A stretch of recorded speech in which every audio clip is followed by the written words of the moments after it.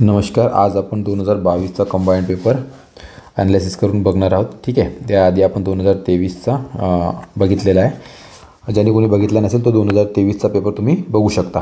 ठीक आहे. तर आपण लवकरात लवकर 2022चा सॉल्व करूया.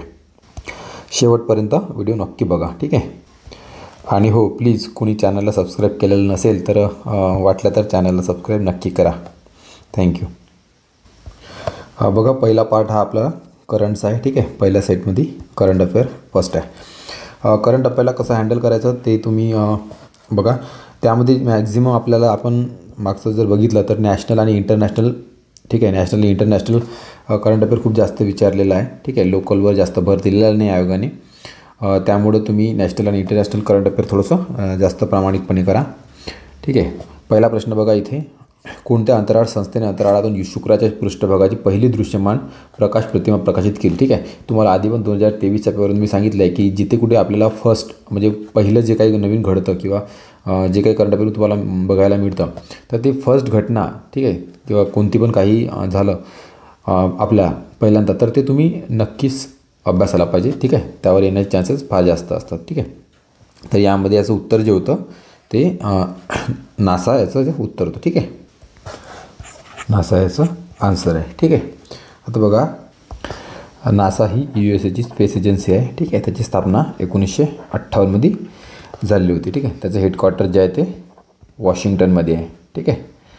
वॉशिंग्टन. त्यानंतर नासानी सर्वप्रथम 1968मध्ये अपोलो मिशन, ठीक आहे, अपोलो महत्त्वाचं आहे, अपोलो मिशन हे चंद्रावर पाठवलं होतं. ठीक आहे. चंद्रावर त्याद्वारे फर्स्ट टाईम माणसाने चंद्रावर पाय ठेवलं होतं. ठीक आहे. लक्षात ठेवा. त्यावेळेस नेहमी विचारतात की जे अपोलो मिशनमध्ये सर्वप्रथम जे चंद्रावर पाय ठेवलं ते कोणी, तर त्यावेळेस 2 व्यक्ती गेले होते. एक नील आर्मस्ट्रॉंग, ठीक आहे, तुम्हाला माहिती आहे, आणि दुसरे जे होते ते बज आल्ड्रिन. ठीक आहे. आल्ड्रिन, ते लक्षात ठेवा. आणि 3 व्यक्ती गेले होते. तिसरे व्यक्ती मायकेल, ठीक आहे, मायकेल कॉलिन, हे चंद्रावर उतरलेले नव्हते, तर हे स्पेसमध्येच आपल्या याच्यामध्येच ते लुनार ऑर्बिटमध्ये फिरत होते. ठीक आहे. ते खाली उतरलेले नव्हते. लक्षात असू द्या. हे 2 उतरलेले होते, नील आर्मस्ट्रॉंग आणि बज आल्ड्रिन. त्यानंतर बघा, जे ESA युरोपियन स्पेस एजन्सी आहे ते युरोपची आहे. त्यानंतर जाक्सा ही जापानची आहे. ठीक आहे. आणि ही जी आहे ती CNSA आहे. ठीक आहे. CSA नाही तर ते CNSA Chinese national space agency. ठीक आहे. CNSA नासा चायनाची आहे. दुसरा प्रश्न, सस्टेनेबल इंटरनॅशनल फायनान्सिंग स्कीम कोणत्या जागतिक संघटनेशी संबंधित आहे. ठीक आहे.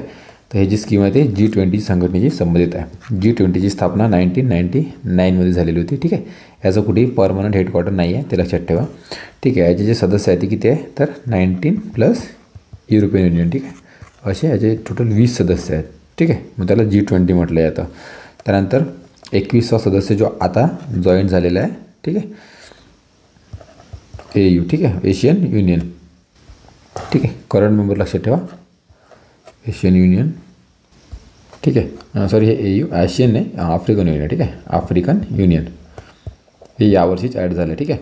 आफ्रिकन युनियन हा जवळजवळ 55 देशाचा एक भाग आहे. ठीक आहे. 55 देश मिळून आफ्रिकन युनियन तयार होतं. तर आफ्रिकन युनियन हा याचा G20चा 21वा सदस्य बनलेला आहे. ठीक आहे. तर हे लक्षात ठेवा, महत्त्वाचं आहे. आफ्रिकन युनियन लक्षात ठेवा. ठीक आहे. ग्राहक संरक्षण कायदा 2019च्या बाबतीत खालील कोणते विधान चुकीचे आहे. ठीक आहे. हा कायदा 20 जुलै 2020 पासून लागू झाला. ठीक आहे. बरोबर आहे. ई-कॉमर्स प्लॅटफॉर्मवरील अनुचित व्यापार प्रतिबंध नियमाचा समावेश या कायद्यात करण्यात आलेला आहे, ते पण बरोबर आहे. ग्राहक निवारण आयोगाच्या नियमानुसार 10 लाख रुपयापर्यंतच्या तक्रारीसाठी कुठलेही शुल्क आकारले जाणार नाही. ठीक आहे. तर हे सेंटेन्स जे आहे हे सेंटेन्स चुकीचं आहे. ठीक आहे. आपण बघू. तर यामध्ये कुठलीही फी ती 5 लाखापर्यंत लागत नाही. ठीक आहे. 5 लाखापर्यंतची तक्रारी असते तिथपर्यंत कुठलीही फी लागत नाही. तर 10 लाखाच्या तक्रारीसाठी फी लागते. ठीक आहे. आता यामध्ये बघा की जे तुमचं 1 कोटीपर्यंत जर कोणती तक्रार असेल, ठीक आहे, 1 कोटीपर्यंत तक्रार असेल तर ते जिल्हा लेवलवर सोडवली जाते, जिल्हा याच्या आयोग, निवारण आयोगकडे. ठीक आहे. त्यानंतर जर 1 ते 10 कोटीपर्यंतची तक्रार असेल तर ती राज्य निवारण आयोगाकडे सोडवली जाते. आणि 10 कोटीच्या वर जर तुमची तक्रार असेल तर ती राष्ट्रीय निवारण आयोगाकडे सोडवली आहे. ठीक आहे, त्या 3 गोष्टी महत्त्वाच्या लक्षात ठेवा. ठीक आहे, प्रश्नामध्ये जेव्हा कधी तुम्हाला हा असा डेटचा वगैरे डेटा दिलेला असेल आणि 3-4 स्टेटमेंट असेल तर जनरली हे डेटचा स्टेटमेंट हे करेक्ट असतं. ठीक आहे, आयोगाचा तो एक पॅटर्न आहे. NROL 85 नुकताच प्रक्षेपित केलेला हा कोणत्या देशाचा गुप्तचर उपग्रह आहे. ठीक आहे, हा USAचा आहे. बघा हा एकदम हे इंटेलिजन्सवर वगैरे काही प्रश्न आले, गुप्तचर उपग्रह महत्त्वाचा मोठा प्रश्न आहे हा. ठीक आहे, अशा प्रकारचा काही करंट अफेअर असेल तर तुम्ही नक्की अभ्यासा. ठीक आहे, ओमिक्रॉन प्रकार शोधणारे भारतातील पहिले, हे बघ पुन्हा पहिले फर्स्टवर त्यांनी जास्त बल दिलेला आहे. पहिले RT-PCR किट ओमिश्युअर कोणत्या कंपनीने विकसित केले आहे. ठीक आहे, त्याच्या वेळेस जेव्हा फर्स्ट टाईम असं काही निर्माण केलं जातं. ठीक आहे, कोणत्या पॅन्डेमिकमध्ये किंवा कोणत्या दुसऱ्या घटनामध्ये, तर ते तुम्ही लक्षात ठेवत चला. ठीक आहे, आता हे जे तयार केलं होतं हे टाटा MDने तयार केलेलं होतं. ठीक आहे, पुढचा प्रश्न. 2013मध्ये त्यांनी प्रथम खालील व्यक्ती ओळखायचा आहे. ठीक आहे, 2013मध्ये त्यांनी प्रथम माई या चित्रपटामध्ये काम केले. ग्रॅमी पुरस्काराकरता नामांकन मिळालेले तर पहिला भारतीय गायिका. ठीक आहे, म्हणजे कोणती महिलाच आहे. आता ग्रॅमी पुरस्कार तुम्हाला माहीत असेल की ते संगीताशी रिलेटेड आहे. ठीक आहे, संगीताशी रिलेटेड आहे, ते तर माहीत पाहिजे तेवढं. आता बघा संगीत म्हटलं तर आता मग आशा भोसलेवर तुम्ही 2 पैकी ऑप्शनवर जाऊ शकता. त्यानंतर त्यांना नुकतेच महाराष्ट्र भूषण 2021 सन्मानित करण्यात आलं. आता महाराष्ट्र भूषण खूप महत्त्वाचा पुरस्कार आहे, मी तुम्हाला आधी पण म्हटलेलं आहे. ठीक आहे, तर अशा प्रकारचा कोणता पुरस्कार मिळतं ते तुम्ही नक्की लक्षात ठेवायला पाहिजे. तर यावर्षी 2000 वेळेसचा महाराष्ट्र भूषण जो मिळाला होता आशा भोसले मिळाला होता. आणि आपल्याला लक्षात ठेवायचा 2023चा. ठीक आहे, 2023चा कोणाला मिळाला तर अप्पासाहेब धर्माधिकारी. ठीक आहे, हे लक्षात ठेवा, अप्पासाहेब धर्माधिकारी. ठीक आहे, महाराष्ट्र भूषण. कोणत्या संस्थेने चेक पेमेंटसाठी पॉझिटिव्ह पे सिस्टम. ठीक आहे, आता पॉझिटिव्ह पे सिस्टम लक्षात ठेवा, पॉझिटिव्ह पे सिस्टम विकसित केले आहे. ठीक आहे, हा पॉझिटिव्ह पे सिस्टम जो आहे तो NPCI आहे, म्हणजे national payment corporation of India. ठीक आहे, NPCI. आणि NPCIवर आयोग भरपूरदा प्रश्न विचारतात. जेव्हा NPCI काहीतरी नवीन पेमेंट सिस्टमबद्दल काहीतरी घेऊन येतं तेव्हा त्यावर प्रश्न येत असतो. ठीक आहे, NPCI फार महत्त्वाची आर्थिक एक संस्था आपलीवाली. NPCIचं हेडक्वार्टर जे आहे ते मुंबईमध्ये आहे, लक्षात ठेवा. ठीक आहे, याची स्थापना झाली 2008ला. NPCIची स्थापना करण्यात आली होती. ते काय करते तर पेमेंट सिस्टम ऑपरेट करण्याचं काम करते. ठीक आहे, भारताचं जे पेमेंट सिस्टम ऑपरेट करण्याचं काम करते. आता हे जे NPCI कोणाद्वारे विकसित करण्यात आली तर ते जॉईंट इनिशिएटिव्ह होता एक RBI आणि IBAचा. ठीक आहे, IBA म्हणजे इंडियन बँक असोसिएशन. ठीक आहे, इंडियन बँक असोसिएशन लक्षात ठेवा. ठीक आहे, पुढचा. भारताच्या महत्त्वाकांक्षी गगनयान या अंतरिक्ष मोहिमेला खालील कोणत्या देशाचे महत्त्वपूर्ण सहकार्य लाभले. ठीक आहे, तर यामध्ये आपल्याला जे सहकार्य लाभले ते फ्रान्सचे सहकार्य लाभलेले आहे. ठीक आहे, कशामध्ये लागले ते बघू. यामध्ये फ्रान्सने आपल्याला स्पेस इक्विपमेंट. ठीक आहे, स्पेस इक्विपमेंट, त्यानंतर ॲस्ट्रॉनॉट हेल्थ. ठीक आहे, ॲस्ट्रॉनॉटची जी हेल्थ आहे त्याबद्दल, आणि स्पेस इक्विपमेंट आणि स्पेस मेडिसिन. ठीक आहे, स्पेस मेडिसिन याबद्दल प्रशिक्षण दिलेलं आहे. ठीक आहे, आपला गगनयान जे मिशन आहे ते 3 पर्सन घेऊन जाणारं मिशन आहे. ठीक आहे, त्यालाच आपण ह्युमन स्पेस फ्लाईट मिशन म्हणतात. ठीक आहे, म्हणजे ह्युमनला घेऊन जाणार आहे. ठीक आहे, त्यानंतर हे जे लॉन्च होणार आहे त्याचे टेंटेटिव्ह जे डेट आहे ते 2024मध्ये लॉन्च होईल असं सांगितलं जातं. आणि हे गगनयान कोणत्या ऑर्बिटमध्ये राहणार आहे तर ते लो अर्थ ऑर्बिटमध्ये. ठीक आहे, ते पण तुम्हाला माहीत पाहिजे, लो अर्थ ऑर्बिटमध्ये. याचा ऑपरेटर कोण आहे तर इस्रो याचा ऑपरेटर आहे. Manufacturer DRDO. ठीक आहे, DRDO आणि हिंदुस्तान एरोनॉटिकल लिमिटेड हे दोन्ही मिळून मॅन्युफॅक्चर करत आहेत. ठीक आहे, तुम्हाला माहीत असेल की 1984मध्ये राकेश शर्मा. ठीक आहे, राकेश शर्मा हे फर्स्ट इंडियन होते जे सिटिझन ज्यांनी स्पेसमध्ये उडान भरली होती. ठीक आहे, राष्ट्रीय वित्तीय अहवाल प्राधिकरण NFRAचे अध्यक्ष कोणाची नियुक्ती. ठीक आहे, आता आजकाल आयोग जे आहे ते जे मोठमोठ्या ऑथॉरिटीज आहे जसं IRDA झालं, RBI झालं, असं याचे जे अध्यक्ष नियुक्त करतो नवीन त्यांच्यावर प्रश्न विचारत आहे. ठीक आहे, ते तुम्ही चांगल्या प्रकारे त्याचा अभ्यास करा. ठीक आहे, त्याचं जे उत्तर एक होतं. ठीक आहे, पण एखादं रिपीट तर होणार नाही, पण बाकी तुम्ही जे मोठ्या मोठ्या संस्था वगैरे त्यांचे अध्यक्ष वगैरे जे काही नवनियुक्त झाले ते लक्षात ठेवत चला. सर्वोच्च न्यायालयाने 2021 ऑक्टोबरमध्ये न्यायमूर्ती RV रविचंद्रन समिती खालील कोणत्या उद्देशाने नेमली होती. ठीक आहे. आता ही समितीची जी नेमली होती ते पेगासस प्रकरणासाठी नेमलेली होती, त्याची चौकशी करण्यासाठी. आता पेगासस प्रकरण काय? पेगासस हे एक प्रकारचं असं सॉफ्टवेअर आहे, ठीक आहे, जे तयार केलं आहे NSO ग्रुपने. ठीक आहे. NSO ग्रुप जो इस्रायलचा आहे, ठीक आहे, इस्रायलच्या NSO ग्रुपने ते तयार केलं आहे. तर पेगासस सॉफ्टवेअर काय की हे जर सॉफ्टवेअर एखाद्याच्या मोबाईलमध्ये किंवा लॅपटॉपमध्ये किंवा कशामध्ये जर ते इन्स्टॉल केल्या गेलं, ठीक आहे, जर ते इन्स्टॉल केलं गेलं तर ते तुमचं सर्व काही बघू शकतं. ठीक आहे. जरी तुमच्या मोबाईलमध्ये जर ते इन्स्टॉल केलं गेलं आणि तुमचा मोबाईल जरी स्विच ऑफ असेल, ठीक आहे, जरी तुमचा मोबाईल स्विच ऑफ असेल तरी त्याचा कॅमेरा ॲक्सेस करू शकतो, त्याचा डेटा ॲक्सेस करू शकतो, सर्व माहिती ते समोरच्या थर्ड पार्टीपर्यंत ते आरामात जाईल. असं एक भयानक ते पेगासस सॉफ्टवेअर इंडियामध्ये खूप साऱ्या खासदारांच्या आमदारांच्या मोबाईलमध्ये गेलं असं एक आरोप लावण्यात आलेला होता. तर त्याच्या चौकशीसाठी, ठीक आहे, सरकार ते असं वॉच ठेवतं बा प्रत्येकावर, असा एक आरोप लावण्यात आला होता आणि विरोधकांच्या मागणीद्वारे ते एक समिती बसवण्यात आली होती सुप्रीम कोर्टाद्वारे. ठीक आहे. तर ते पेगासस सॉफ्टवेअर लक्षात ठेवा. कोणत्या केंद्रीय मंत्रालयाने MyCGHS मोबाईल ॲप्लिकेशन लॉन्च केली. ठीक आहे. ते MyCGHS ॲप्लिकेशन जे आहे ते मिनिस्ट्री ऑफ हेल्थ यांनी लॉन्च केलं. ठीक आहे. त्याचं लॉंग फॉर्म काय? MyCGHSच्या सेंट्रल गव्हर्नमेंट हेल्थ स्कीम. ठीक आहे. Central government health scheme. कोणत्या देशाने 2022चा कॉम्पिट्स ॲक्ट लॉन्च केला. ठीक आहे. आता हे एवढा भयंकर क्वेश्चन आहे. ठीक आहे. आपल्या स्वतःच्या देशाचं माहीत नाही, दुसऱ्याचं काय लक्षात ठेवा. तर याचं उत्तर USA होतं. ठीक आहे. हे काही कुठं करंट अफेअरमध्ये येत नाही, पण काहीतरी असं गुगली एखादा प्रश्न आयोग टाकत असतं. ठीक आहे. पुढचा प्रश्न बघा, त्यावर जास्त लक्ष देण्याचं नाही. 16वी जागतिक युवा तिरंदाजी स्पर्धा ऑक्टोबर 2021मध्ये खाली कोणत्या देशात पार पडली. ठीक आहे. आता जसं स्पर्धा वगैरे कोणत्या पार पडल्या तर त्याबद्दल थोडंसं कुठं झाली, काय झाली, त्याचा लोगो काय होता, ठीक आहे, शुभंकर वगैरे ते तुम्ही लक्षात ठेवत चला. ठीक आहे. आता हे या स्पर्धेमध्ये आतापर्यंतची सर्वात चांगली कामगिरी भारताने केली, त्यामुळे हा प्रश्न विचारण्यात आलेला होता. ठीक आहे. तर हे झाली होती पोलंडमध्ये. ठीक आहे. त्यामध्ये भारताने जवळजवळ 15 मेडल आणलेले होते, 8 गोल्ड, 2 सिल्वर आणि 5 ब्रॉन्झ अशा प्रकारे. ठीक आहे. आतापर्यंत सर्वात बेस्ट परफॉर्मन्स हा इंडियाचा होता. आणि महत्त्वाचं म्हणजे आपण 15 मेडल आणले होते आणि ज्या दिवशी 15 मेडल आणले त्याची तारीख पण 15 ऑगस्ट होती. म्हणजे ठीक आहे, म्हणजे स्वातंत्र्य दिवशी आपण ते 15 मेडल आणले होते. हा एक योग त्या दिवशी घडून आलेला होता. ठीक आहे. पुढचा प्रश्न. त्यामुळे अशा काही महत्त्वाच्या हे होतात, त्यामुळे ते प्रश्न विचारतात. कुष्ठरोगासाठीचा आंतरराष्ट्रीय गांधी पुरस्कार 2021 कोणाला प्रदान करण्यात आला. ठीक आहे. हा प्रदान डॉक्टर भूषण कुमारला करण्यात आला. ठीक आहे. तर अशा प्रकारचे जे महत्त्वाचे पुरस्कार वगैरे ते पण तुम्ही लक्षात ठेवायला पाहिजे. हा पुरस्कार जो आहे तो प्रत्येक 2 वर्षानंतर दिला जातो. ठीक आहे. पशुधन गणना 2021 नुसार महाराष्ट्र राज्याच्या देशामध्ये पशुधनाच्या बाबतीत कितवा क्रमांक लागतो. ठीक आहे. तर महाराष्ट्राचा 7वा क्रमांक लागतो. ठीक आहे. पहिला क्रमांक हा उत्तर प्रदेशचा लागतो. ठीक आहे. UPचा सर्वात पहिला आणि सेकंड राजस्थान. ठीक आहे. राजस्थानचा 2रा क्रमांक लागतो. पशुधन गणना जी आहे ते पशुधनाच्या बाबतीत जे प्रत्येक 5 वर्षानंतर ती गणना केली जाते. ठीक आहे. आता या 2019ला जी गणना केलेली होती ते 20वी जनगणना होती. ठीक आहे, पशुधनाची. आणि कोण करते तर ते कृषी मंत्रालय. ठीक आहे. कृषी मंत्रालय करतं. ठीक आहे. 1919 पासून ते गणना सुरू आहे. ठीक आहे. पुढचा प्रश्न.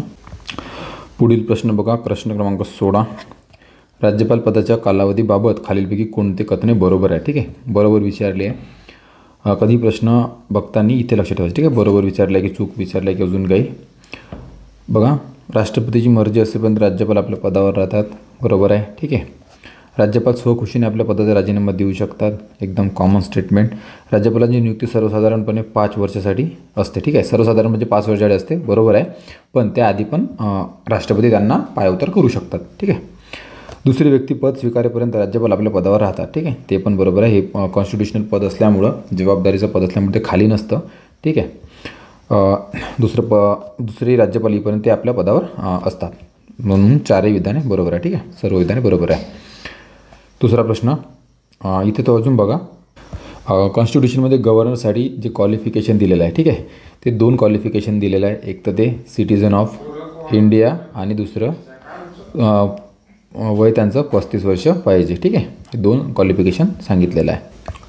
राज्यपालाबाबतीत 2 कन्व्हेन्शन पाळल्या जातात. ठीक आहे. कन्व्हेन्शन हे कंपल्सरी नसतं, पण ते कन्व्हेन्शन आहे की एक तर ते आउटसायडर असावे, म्हणजे स्टेटच्या बाहेरील असावे. ठीक आहे. आणि फ्री फ्रॉम लोकल पॉलिटिक्स. ठीक आहे. फ्री फ्रॉम लोकल पॉलिटिक्स, म्हणजे त्या राज्याच्या पॉलिटिक्सपासून ते फ्री असावे, ठीक आहे, त्याच्यात कोणताही त्यांचा हित नसावं. त्यानंतर बघा, असं समजलं जातं की प्रेसिडेंटनी राज्यपालाची नियुक्ती करताना CMC कन्सल्ट करून राज्यपालाची नियुक्ती केली पाहिजे, जेणेकरून शासन जे आहे ते स्मूथ चाललं पाहिजे, ठीक आहे, राज्यामध्ये कोणताही अडथळा न येता, ठीक आहे. राज्यपालाला कोणताही सिक्युरिटी टेन्यूर नाही आहे, ठीक आहे, नो सिक्युरिटी ऑफ टेन्यूर, ठीक आहे. 5 वर्षाचा टर्म दिलेला आहे, पण तो राष्ट्रपतीच्या मर्जीनुसार असतो, राष्ट्रपती कधी पण त्यांना काढू शकतात, ठीक आहे. तर फिक्स टर्म नाही आहे, ठीक आहे, नो फिक्स टर्म, लक्षात ठेवा, ठीक आहे. पुढचा प्रश्न 17वा प्रश्न बघा, राज्य लोकसेवा आयोगाबाबत कोणती विधाने बरोबर नाहीत, ठीक आहे, म्हणजे चूक वा ओळखण्यास सांगितलेली आहे आपल्याला, ठीक आहे. आता बघा, भारतीय राज्यघटनेच्या कलम 315 ते 323मध्ये याबाबत तरतूद केली आहे, ठीक आहे, बरोबर आहे. यामध्ये MPSC जे स्टेट पब्लिक सर्व्हिस कमिशन आणि UPSC या दोन्ही बाबत या सेम आर्टिकलमध्ये तरतूद करण्यात आलेली आहे. हे आयोग राज्य शासन तसेच केंद्र शासनासाठी कार्य करते, ठीक आहे. ते चुकीचं आहे. राज्य लोकसेवा आयोग फक्त राज्य शासनासाठी कार्य करते, ठीक आहे. या आयोगाने निवड केलेल्या प्रशासकीय अधिकाऱ्यांच्या नेमणुका केंद्रशासित करीत असते, ठीक आहे, हे चुकीचं आहे. या आयोगाने जे निवड केलेल्या प्रशासकीय अधिकाऱ्यांच्या नेमणुका जे आहे ते राज्य शासन करतं, ठीक आहे. त्यानंतर आयोगाच्या अध्यक्ष व सदस्यांच्या नेमणुका राज्य शासनाकडून केल्या जातात, तर अध्यक्ष आणि सदस्याच्या नेमणुका आहेत त्या लोकसेवा आयोगाबाबत त्या राज्यपालाकडून केल्या जातात, ठीक आहे. राज्यपाल करतात, राज्य शासन नाही.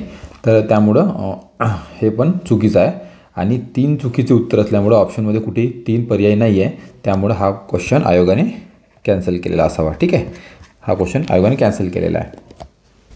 राज्य लोकसेवा आयोगात आपण मागेच बघितलं की एक तर त्यांचे जे अर्धे मेंबर आहेत ते 10 वर्ष गव्हर्नमेंटमध्ये सर्व्हिस केलेले असावे आणि त्यानंतर यांच्या वयाची मर्यादा जी आहे ते 6 आणि 62, ठीक आहे, 6 वर्ष किंवा वयाची 62 वर्षापर्यंत जे आधी होईल ते, ठीक आहे. यांची अपॉइंटमेंट जे आहे जे गव्हर्नर करतात, आता बघितलं आपण, पण यांची जी रिमूव्हल आहे, ठीक आहे, या लोकसेवा आयोगाबाबतची रिमूव्हल जे आहे ते फक्त प्रेसिडेंट करते सुप्रीम कोर्टाच्या निर्णयावरून, ठीक आहे. सुप्रीम कोर्टाकडे मॅटर जातो, ते बघतात, रिपोर्ट देतात आणि त्यानुसार प्रेसिडेंट त्यांना रिमूव्ह करतात, लक्षात ठेवा. पुढचा प्रश्न बघा, हा बघा 18वा प्रश्न, एकदम सोपी प्रश्न आहे. भारतात संसद आणि राज्य विधानमंडळाच्या निवडणुका डॅशद्वारे आयोजित केल्या जातात, ठीक आहे. आता कोण आयोजित करतं? संसद म्हटलं म्हणजे एकदम सोपी आहे, तर इलेक्शन कमिशन ऑफ इंडिया, ठीक आहे. एकदम सोपी प्रश्न होता हा. आता इलेक्शन कमिशन ऑफ इंडियाचा आर्टिकल कोणता आहे? 324 संविधानाच्या 324 कलमामध्ये इलेक्शन कमिशन ऑफ इंडियाबद्दल सांगितलेलं आहे, ठीक आहे. यामध्ये एक सध्याच्या स्थितीमध्ये चीफ इलेक्शन कमिशन एक आहे आणि 2 इलेक्शन कमिशनर आहे, ठीक आहे. आपण कॉन्स्टिट्युशनल बॉडीच्या टॉपिकमध्ये सेपरेट व्हिडिओ बनवला आहे, ठीक आहे, इलेक्शन कमिशन ऑफ इंडियावर, तो तुम्ही बघू शकता, ठीक आहे, चॅनलवरती जाऊन. त्यानंतर बघा, इलेक्शन कमिशन ऑफ इंडियाची नियुक्ती करण्यासाठी आता यावर्षी संसदेने एक नवीन कायदा बनवला आहे आणि त्या कायद्यामध्ये चीफ जस्टिस ऑफ इंडियाला काढण्यात आलेला आहे, ठीक आहे. तर आता नवीन कायद्यामध्ये फक्त एक प्राईम मिनिस्टर एक समितीमध्ये, त्यानंतर दुसरे जे असते ते लोकसभेचे लीडर ऑफ अपोजिशन, ठीक आहे, लीडर ऑफ अपोजिशन, आणि तिसरे कॅबिनेट मिनिस्टर जे प्राईम मिनिस्टर अपॉइंट करेल ते, ठीक आहे. म्हणजे इथं गव्हर्नमेंटचं वर्चस्व आहे 2/3नी, ठीक आहे, 2/1नी 3मध्ये. तर हे लक्षात असू द्या, नवीन कायद्यानुसार हे फार इम्पॉर्टंट आहे, हे विचारू शकतात. याबद्दल आपण स्वतंत्र एक व्हिडिओ बनवलाच आहे, तो तुम्ही बघा, त्यामध्ये डिटेल सांगितलं आहे, ठीक आहे. पुढचा प्रश्न, भारतीय संविधानाच्या कोणत्या कलमात मुख्यमंत्र्यांची कर्तव्य स्पष्ट करण्यात आली, ठीक आहे. यात कन्फ्युजन व्हायची काही कारण नाही. मुख्यमंत्र्याबद्दल जे सांगितलं आहे ते मुख्यमंत्री असतील राज्याला 1 ते 163मध्ये सांगितलं आहे, पण त्याची कर्तव्य जे आहे ते कलम 167मध्ये सांगितलं आहे, ठीक आहे. उत्तराचं 3 आहे. ड्युटीज ऑफ CM 167 कलममध्ये सांगितलेलं आहे, ठीक आहे. आपल्याला माहिती आहे मुख्यमंत्र्याची जे टर्म आहे ते फिक्स नसते, ठीक आहे, नॉट फिक्स्ड, ते प्लेजर ऑफ गव्हर्नमेंटनुसार असते, ठीक आहे, प्लेजर ऑफ गव्हर्नर, ठीक आहे. म्हणजे गव्हर्नरच्या मर्जीनुसार CM आपलं पद धारण करत असतो, ठीक आहे. पण असं नाही की गव्हर्नर त्याला कधी पण काढेल, ठीक आहे. जेव्हा त्याच्याकडे मेजॉरिटी नसणार तेव्हाच फक्त अविश्वास प्रस्ताव जर पास वगैरे झाला तर त्याच वेळेस गव्हर्नर स्वविवेकाच्या अधिकाराने काढू शकतात, ठीक आहे. 164 164 आर्टिकल सांगितलं आहे, ठीक आहे, की CM अपॉइंट बाय गव्हर्नर, ठीक आहे, CM अपॉइंट बाय गव्हर्नर, आणि मिनिस्टर, बाकीचे मिनिस्टर आहेत ते गव्हर्नर अपॉइंट करतं चीफ मिनिस्टरच्या सल्ल्यानुसार, ठीक आहे, लक्षात ठेवा. चीफ मिनिस्टरच्या सल्ल्यानुसार बाकी मिनिस्टरला अपॉइंट करतं गव्हर्नर.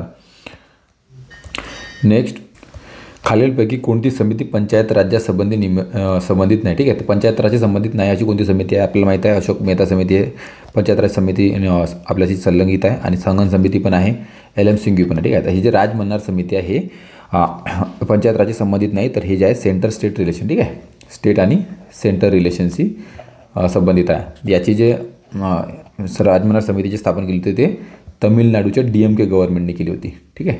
DMK गव्हर्नमेंटने केली होती 1969मध्ये, ठीक आहे. सेंटर स्टेट रिलेशनशी संबंधित आहे, हे लक्षात ठेवा. त्यानंतर अशोक मेहता समिती कधी स्थापन झाली होती? अशोक मेहता समिती 1977मध्ये जनता गव्हर्नमेंटने स्थापन केली होती, ठीक आहे. जनता गव्हर्नमेंटने स्थापन केली होती. त्यानंतर बघा, अशोक मेहता समिती एकमेव समिती होती जिने म्हटलं होतं की जे पंचायत राज सिस्टम आहे ते द्विस्तरीय असावं, ठीक आहे, द्विस्तरीय. हे एकमेव शिफारस याची युनिक होती, त्यामुळे याच्यावर प्रश्न येत असतो अशोक मेहता समितीवर की द्विस्तरीय पंचायत राज असावी शिफारस कोणी केली, तर ते अशोक मेहता समितीने केली, लक्षात ठेवा, ठीक आहे. त्यानंतर थंगन समितीची स्थापना जी झाली होती 1988मध्ये करण्यात आली होती, ठीक आहे.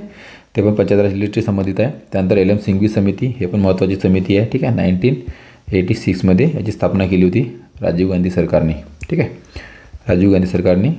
आणि यांनीच महत्त्वाची शिफारस केली होती की पंचायत राजला कॉन्स्टिट्यूशनल स्टेटस देण्यात यावं, ठीक आहे.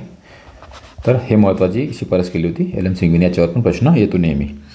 पुढचा प्रश्न 21वा प्रश्न बघा, ग्रामसभेच्या रचनेतील अचूक वाक्यांचा समूह बनना, ठीक आहे. अचूक म्हणजे बरोबर, सगळ्यात तुम्हाला हे माहिती पाहिजे, ठीक आहे. अचूक म्हणजे बरोबर, लक्षात ठेवा. आता बघा, गावातील सर्व प्रौढ नागरिकांची मिळून ग्रामसभा तयार होते. सर्व प्रौढ नागरिकांची का नाही, तर हे चुकीचं आहे, ठीक आहे. ज्यांचं वोटर लिस्टमध्ये नाव आहे, ठीक आहे, त्यांची मिळून ग्रामसभा तयार होते, लक्षात ठेवा, ठीक आहे. जे वोटर लिस्टमध्ये नाव आहे, जे 21 आणि 21 वर्षाच्या वर आहेत किंवा मुली असेल तर 18 वर्षाच्या वर आहेत, असे सर्वांचं ग्रामसभा म्हणून मिळून तयार होते, ठीक आहे. 21 नाही, ठीक आहे, टोटल 18 वर्ष, ठीक आहे. ज्यांच्या 18+ एज आहे, मुलगी असो की मुली असो, त्यांचं ग्रामसभा मिळून तयार होतं. पण त्याचं वोटिंग लिस्टमध्ये नाव आहे, ठीक आहे, वोटर लिस्टमध्ये नाव पाहिजे, हे महत्त्वाचं आहे, ठीक आहे.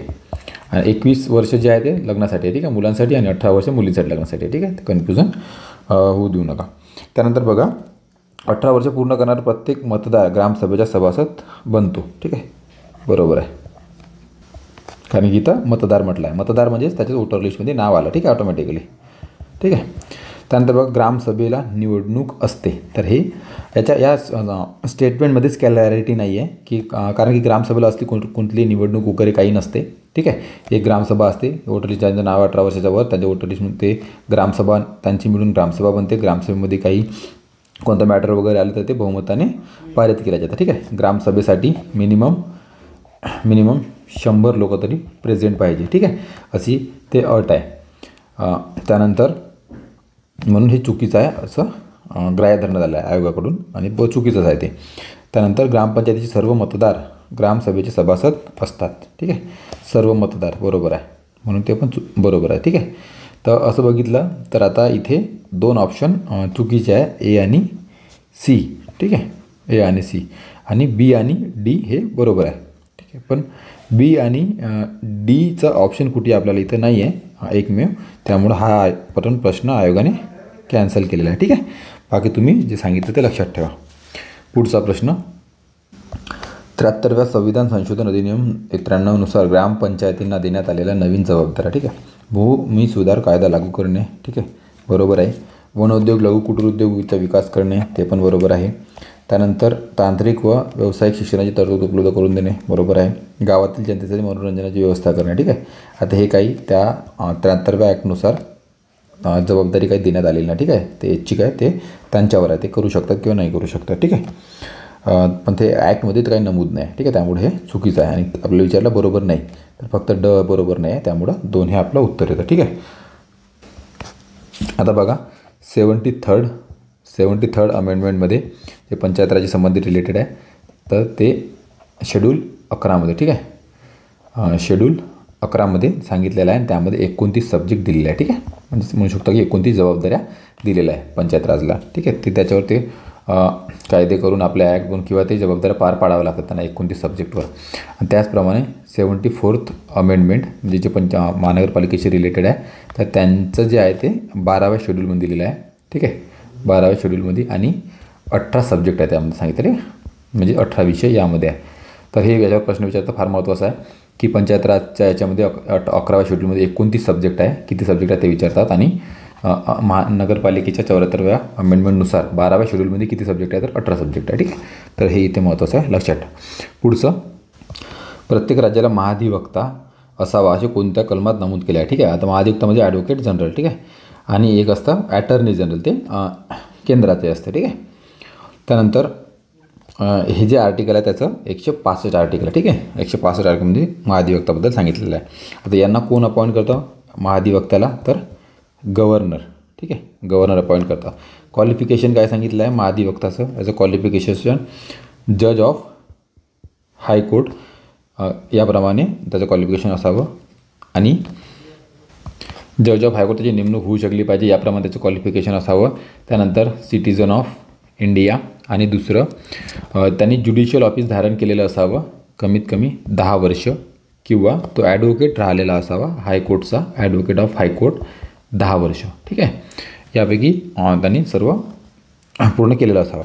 त्यानंतर याची जे टर्म आहे, ठीक आहे, टर्म हे फिक्स नसते, लक्षात ठेवा, फिक्स नसते, नॉट फिक्स. ठीक आहे, आणि ते प्लेजर ऑफ गव्हर्नरच्या नुसार राहतात. कारण की बघा, प्लेजर ऑफ गव्हर्नर, तर ज्याप्रमाणे तसं सरकार बदललं तर सरकार काय करतं, त्याचं महाधिवक्ता पण त्यांच्या सोयीनुसार ते ठेवत असतात. ठीक आहे, ते संपूर्णपणे गव्हर्नमेंटच्या याच्यावर राहतं आणि त्याला गव्हर्नर अपॉइंट करत असतात. ठीक आहे, ह्याची सॅलरीसुद्धा फिक्स नसते. ठीक आहे, नॉट फिक्स्ड, आणि हे पण गव्हर्नर डिसाईड करत असते. ठीक आहे, पुन्हा लक्षात ठेवा, गव्हर्नर डिसाईड करतं सॅलरी वगैरे.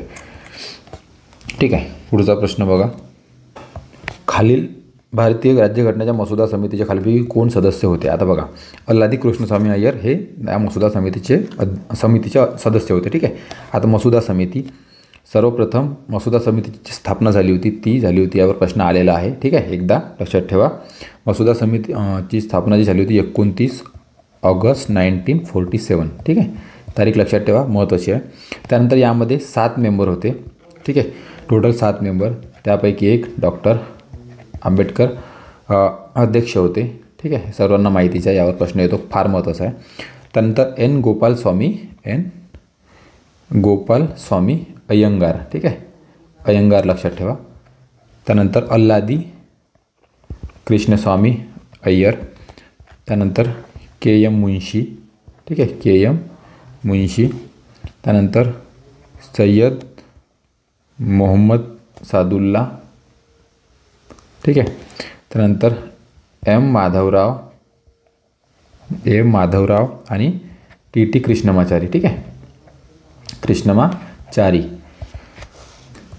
आता बघा, हे जे एम माधवराव जे आहे ते BL मित्तर. ठीक आहे, मित्तल यांच्या जागेवर आले होते, हे मरण पावले होते. तर आणि टी कृष्णमाचारी जे आहे ते DP खैतान. ठीक आहे, खैतान यांच्या जागेवर आले होते, त्यांची पण मृत्यू झाली होती त्यामुळं. ठीक आहे, हे रिप्लेसमेंट लक्षात ठेवा, BT मित्तलच्या जागेवर माधवराव. ठीक आहे, मित्तल माधवरावचं लक्षात ठेवा, आणि खैतान कृष्णमाचारी. ठीक आहे, KK, TT कृष्णमाचारी, KK. ठीक आहे, पुढचं बघा, भारतीय राज्यघटनेतील खालीलपैकी कोणते वैशिष्ट्य ब्रिटिश राज्यघटनेतून घेतलेले नाही. ठीक आहे, कोणते नाही घेतले ब्रिटिश राज्यघटनेतून. आपण ब्रिटिशाकडून आपल्या राज्यघटनेमध्ये काय काय घेतलं, तर बघा, सरकारचे संसदीय स्वरूप हे आपण ब्रिटिश राज्यघटनेतून घेतलेलं आहे. सरकारचे मंत्रिमंडळीय स्वरूप ते पण ब्रिटिश राज्यघटनेतून घेतलं आहे. आणि कायद्याचे राज्य, ठीक आहे, रूल ऑफ लॉ, हे पण ब्रिटिश संसदेतून घेतलेलं आहे. आता हे समवर्ती सूची म्हणजे कॉन्करंट लिस्ट जे आहे ते आपण ऑस्ट्रेलिया, ठीक आहे, ऑस्ट्रेलियाकडून घेतलेलं आहे. ठीक आहे, आता ब्रिटिशकडून अजून काय काय घेतलं आपण, तर एकेरी नागरिकत्व. ठीक आहे, सिंगल सिटिझनशिप लक्षात ठेवा. त्यानंतर संसदीय विशेषाधिकार. ठीक आहे, संसदीय विशेषाधिकार. ठीक आहे, त्यानंतर बाय कॅमरलिझम. ठीक आहे, द्विसदस्यवाद त्याला म्हणतात, बाय कॅमरलिझम. ठीक आहे, 2 सभागृह जे असतं आपण त्याला. आणि ऑस्ट्रेलियाकडून बघा, ऑस्ट्रेलियाकडून आपण काय काय घेतलं, एक तर समवर्ती सूची. ठीक आहे, एक कॉन्करंट लिस्ट. त्यानंतर जॉईंट सिटिंग. ठीक आहे, जॉईंट सिटिंग आणि ट्रेड म्हणजेच व्यापाराचे स्वातंत्र्य. ठीक आहे, ट्रेडचं बद्दलचं फ्रीडम ते लक्षात ठेवा. 3 गोष्टी, जॉईंट सिटिंग, समवर्ती सूची आणि व्यापाराचे स्वातंत्र्य, हे आपण ऑस्ट्रेलियाकडून घेतलं. पुढचं इथून बघा, हिस्ट्रीचा पार्ट चालू झाला. हिस्ट्रीबद्दल मी तुम्हाला आधी पण सांगितलं, हे कुठून विचारलं आयोगाचा काहीही नेम नाही. ठीक आहे, तर याला जास्त सिरियसली घ्यायचं नाही, ठीक आहे. ज्याला स्किप करायचं स्किप पण करू शकता, पण काही विषय काही टॉपिक वगैरे तुम्ही थोडक्यात केले तर बरे राहता, ठीक आहे. कॉन्फिडन्स राहतो आणि जास्त चुका होत नाही, ठीक आहे. काही नेमके विषय टॉपिक केलेले तर बरे एकदम स्किप करण्यापेक्षा, ठीक आहे. आता एकदम अवघड पण नाही आणि एकदम सोपा पण नाही, ठीक आहे. अवघडमध्येच त्याला गिनला जातो आपला हिस्ट्री हा विषय, ठीक आहे. आता बघा हिस्ट्रीबद्दल आयोग कुठून त्याचा संदर्भ घेतं काहीच आपल्याला माहीत नसतं, ठीक आहे. भारताच्या दळणवळण क्षेत्राच्या विकासाविषयी खालीलपैकी कोणती विधाने बरोबर आहेत, ठीक आहे. आता बघा सार्वजनिक बांधकाम खाते लॉर्ड डलहौसीच्या काळात निर्माण झाले होते, ठीक आहे. तर हे बरोबर आहे. लॉर्ड कॉर्नवॉलिस व जॉन शोअरच्या काळात रस्त्याच्या बांधकामास मोठी चालना मिळाली होती, तर हे चुकीचं आहे, ठीक आहे. रेल्वेच्या सुरुवातीच्या काळात ब्रॉड गेजचे मार्ग बांधण्यात आले, ठीक आहे. सुरुवातीच्या काळात ब्रॉड गेजचे मार्ग बांधण्यात आलेले नव्हते, ठीक आहे. नागपूर परिषदेने सरकारला 20 वर्षाची रस्ता सुधार योजना सादर केली, ठीक आहे. हे पण बरोबर आहे. नागपूर परिषदेने केली होती 20 वर्षाची सुधार योजना. हे जे सार्वजनिक रस्त्याच्या सार्वजनिक बांधकाम जे खाते होतं ते लॉर्ड डलहौसीच्या काळातच स्थापन करण्यात आलेलं होतं, ठीक आहे. त्यानंतर जी रस्ते बांधणीसाठी जी चालना मिळाली ती पण लॉर्ड डलहौसीच्या काळातच मिळालेली होती, ठीक आहे. तर याचं उत्तर जे येतं 2 याचं उत्तर येतं, ठीक आहे. आता हा बघा जो नागपूरचा 20 वर्षाच्या रस्ता सुधारची योजना होती ती पहिली फर्स्ट 20 इयर प्लॅन होता, ठीक आहे. आतापर्यंत म्हणजे तेव्हाचा पहिला 20 इयर प्लॅन होता आणि त्याच प्लॅनमध्ये हे जे आता आपण बघतो ना 5 कॅटेगरी रोडच्या कॅटेगरी, तर 5 कॅटेगरी त्यावेळेसच याच्यामध्ये सांगितलं गेल्या होता की जे नॅशनल हायवे, दुसरं स्टेट हायवे, तिसरं मेजर डिस्ट्रिक्ट रोड, ठीक आहे. चौथं अदर डिस्ट्रिक्ट रोड आणि 5वं विलेज रोड, ठीक आहे. जे डिस्ट्रीब्युशन केलं होतं हे त्याच सुधार योजनेमध्ये करण्यात आलं होतं, ठीक आहे. हे महत्त्वाची योजना आहे, ते लक्षात ठेवा. 27वा प्रश्न बघा जोड्या लावायचा आहे, ठीक आहे. आता बघा 1890मध्ये मुंबई गिरणी कामगार संघटनाची स्थापना कोणी केली होती तर ती नारायण मेघाजी लोखंडे, ठीक आहे. आणि ही भारतातली पहिली कामगार संघटना होती, ठीक आहे. लक्षात ठेवा पहिस्ट कामगार संघटना, ठीक आहे. आणि यांनीच ते रविवारची सुट्टी वगैरे दिली होती, त्यांनीच दिली होती, ठीक आहे. आपण मागं पण पेपरमध्ये बघितलं आहे, रिपीट झालेला प्रश्न. त्यानंतर बघा 1918मध्ये अहमदाबाद टेक्स्टाईल लेबर असोसिएशन, आता हे ज्या महात्मा गांधींनी स्थापना केली होती याची, ठीक आहे. अनुसया साराभाईशी मिळून, ठीक आहे. त्यानंतर 1918मध्ये मद्रास लेबर युनियन, ठीक आहे. आता मद्रास म्हटलं म्हणजे BP वाडिया, ठीक आहे. BP वाडिया यांनी स्थापना केली होती मद्रास लेबर युनियनची. आणि मद्रास लेबर युनियनची आहे ती फर्स्ट रजिस्टर्ड ट्रेड युनियन म्हटलं जातं, ठीक आहे. First registered trade union. 1920मध्ये all India trade union Congress, ठीक आहे. आयटक याला म्हटलं जातं. ती लाला लाजपत राय, ठीक आहे. यावर भरपूरदा प्रश्न येतो. 1920मध्ये जी स्थापना झाली होती लक्षात ठेवा, फार महत्त्वाचं आहे, ठीक आहे. आणि लाला लाजपत राय त्याचे फर्स्ट प्रेसिडेंट होते, ठीक आहे. हे फार महत्त्वाचे आहे. याचं उत्तर जे आहे ते 2 याचं उत्तर येतं, ठीक आहे. पुढचं 28 बघा काँग्रेस अधिवेशन दिलं आहे आणि ते कुठं झालं आणि ते अध्यक्ष कोण होते तेच त्याच्या जोड्या लावायच्या, ठीक आहे. आता बघा प्रथम काँग्रेस अधिवेशन मुंबई 1985मध्ये झालं होतं. आता हे माहीतच आहे आपल्याला की प्रथम सर्वांना माहीत असते त्याचं आहे योमेशचंद्र बॅनर्जी, ठीक आहे. त्यावेळेस ते अध्यक्ष होते पहिल्या काँग्रेस अधिवेशनाचे, ठीक आहे. म्हणजे पहिल्याचं 3 आहे. दुसरे काँग्रेस अधिवेशन कलकत्ता 1986 कलकत्त्याला झाले होते. त्याचे जे अध्यक्ष होते ते कोण होते तर दादाभाई नौरोजी, ठीक आहे. हे काँग्रेस दुसऱ्या याचे अध्यक्ष होते, ठीक आहे. तिसरे काँग्रेस अधिवेशन 1987मध्ये झाले होते मद्रासला, ठीक आहे. त्याचे बदरुद्दीन तय्यबचे अध्यक्ष होते. आणि चौथे काँग्रेस अधिवेशन अलाहाबादला झाले होते, त्याचे अध्यक्ष जे होते ते जॉर्ज यूल हे त्याचे अध्यक्ष होते, ठीक आहे. त्याप्रमाणे आपलं 2 हे ऑप्शन येतं. आता बघा जे फर्स्ट अधिवेशन झालं होतं ते मुंबईला झालं होतं. कुठे हे भरपूरदा विचारलं, ठीक आहे. गोकुलदास तेजपाल संस्कृत कॉलेज, ठीक आहे. ह्याच्या प्रांगणामध्ये झालं होतं त्यावेळेस, ठीक आहे. हे खूपदा आयोग विचारतं इतर परीक्षेमध्ये पण, ठीक आहे. 28 डिसेंबर 1985, ठीक आहे. काँग्रेसची स्थापना जेव्हा झाली होती ते आणि त्यावेळेस 72 डेलिगेट्स उपस्थित होते, ठीक आहे. 72 हे विचारतं, फार महत्त्वाचं आहे. 3-4 गोष्टी लक्षात ठेवा. पुढे 1947मध्ये मुंबई बंदर व कापूस उत्पादन करणारे विभाग यांना जोडणारी रेल्वे सुरू करावी अशी मागणी प्रथम कोणी केली होती, ठीक आहे. मुंबई बंदर व कापूस उत्पादन करणारे विभाग यांना जोडणारी रेल्वे प्रथम मागणी कोणी केली होती म्हणतात, ठीक आहे. तर ही जी मागणी केली होती जॉन ब्राईट, ठीक आहे. हे जॉन ब्राईट यांनी मागणी केली होती, ठीक आहे. लक्षात ठेवा, हा खूप डीप प्रश्न आहे. ठीक आहे, कुठे तुम्हाला सहज मिळणार नाही. स्किप केला तरी चालते. अशा पद्धतीचे प्रश्न हे तुम्हाला एकदम बाउन्सर म्हणजे कन्फ्यूज करण्यासाठी मधामधा टाकले जातात. ठीक आहे, ज्याला डोकं लावायचं नाही. पुढचा प्रश्न बघा. इसवी सन 1935च्या भारत शासन कायद्याद्वारे कोणती संस्था स्थापन करण्याची तरतूद केली होती. ठीक आहे, आता आपल्याला माहीत आहे की याच कायद्याद्वारे भारतीय रिझर्व्ह बँक ऑफ इंडिया स्थापन करण्याची तरतूद झाली होती. त्यानंतर फेडरल कोर्ट ते पण याच कायद्याद्वारे स्थापन करण्यात आलं होतं. आणि फेडरल रेल्वे. ठीक आहे, ह्या 3 गोष्टी या कायद्याद्वारे स्थापन करण्यात आलेल्या होत्या. त्यामुळे याचं उत्तर ABC येतं. आता हाय कमिशनर हे जे पद आहे ते 1919च्या कायद्यानुसार स्थापन करण्यात आलं होतं. ठीक आहे, लक्षात असू द्या. ब्रिटिशांच्या व्यापारवादी अर्थव्यवस्थेच्या खालील कोणता उद्देश होता. ठीक आहे, त्यांचा उद्देश एकमेव उद्देश होता तो म्हणजे जास्तीत जास्त नफा मिळवणे. ठीक आहे, हा त्याचा एकमेव उद्देश होता. त्यामुळं 4 हे तुमचं उत्तर येईल. ठीक आहे, आता त्यानंतर बघा इथे त्यांनी व्यापारी स्पर्धा नको याबाबत प्रयत्न केला होता, पण त्यांना त्याचा फायदा झाला नाही. ठीक आहे, त्यामुळे त्याच्यात काही हे नव्हतं. आर्थिक घटकावर नियंत्रण असं पण काही त्यांचं हे नव्हतं. आणि आर्थिक विकास करणे हे तर नव्हतं. ठीक आहे, त्यानंतर पुढचा प्रश्न. भाऊ दाजी लाड हे कशाचे पुरस्कर्ते होते. ठीक आहे, भाऊ दाजी लाड हे जे विधवा पुनर्विवाहचे पुरस्कर्ते होते. ठीक आहे, 1966 बघा, 1966 मुंबई येथे भाऊदाजी लाड यांनी पुनर्विवाह म्हणजे पुनर्विवाह उत्तेजक मंडळी. ठीक आहे, पुनर्विवाह उत्तेजक मंडळी या संस्थेची स्थापना केली होती. ठीक आहे, या संस्थेची स्थापना केली होती, पुनर्विवाह उत्तेजक मंडळी. तसेच भाऊदाजी लाड यांनी वैद्यकीय क्षेत्रामध्ये, ठीक आहे, वैद्यकीय क्षेत्रामध्ये केलेल्या कामगिरीमुळेच त्यांना धन्वंतरी म्हणून त्याची ओळख निर्माण झाली. तसेच अश्विनी कुमार. ठीक आहे, त्यामुळे त्यांना अश्विनी कुमार किंवा धन्वंतरी 2 याच्याने त्यांची ओळख स्थापन झालेली होती वैद्यकीय क्षेत्रामध्ये केलेल्या कामगिरीमुळे. ठीक आहे, पुढचं.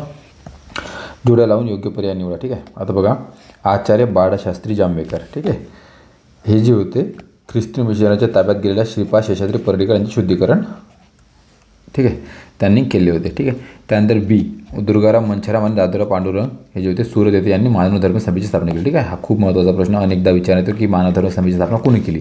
तर दुर्गाराम मंछाराम आणि दादोराव पांडुरंग या दोघांनी मिळून मानव धर्म समितीची स्थापना केली होती सुरत येथे. ठीक आहे, फार महत्त्वाचं आहे, लक्षात ठेवा. त्यानंतर ॲनी बेझंट. आता आपल्याला माहिती आहे की ॲनी बेझंटनी सेंट्रल हिंदू कॉलेजची स्थापना केली होती. ठीक आहे, त्यालाच नंतर बनारस युनिव्हर्सिटी म्हणून ओळखले जातात. ठीक आहे, बनारस युनिव्हर्सिटी. त्यानंतर बघा, केशवचंद्र सेन हे नॉर्मल स्कूल ऑफ व्हिक्टोरिया इन्स्टिट्यूटची यांनी स्थापना केली होती. ठीक आहे, आपल्याला माहीत आहे ॲनी बेझंटनी 1916 आपला लोकमान्य टिळक यांच्यासोबत मिळून होम रूल लीगची स्थापना केली. ठीक आहे, लक्षात ठेवा, फार महत्त्वाचं आहे होम रूल लीग. त्यानंतर 1917 त्या फर्स्ट फिमेल प्रेसिडेंट होत्या काँग्रेसच्या. ठीक आहे, first female president of Congress. ठीक आहे, लक्षात ठेवा, इंडियन नॅशनल काँग्रेस. त्यानंतर हे जे सेंट्रल हिंदू कॉलेज स्थापना केली होती ज्याला आज बनारस विश्वविद्यालय म्हणून ओळखले जातं, 1998 त्यांनी त्याची स्थापना केली होती. ठीक आहे, पुढचा प्रश्न बघा.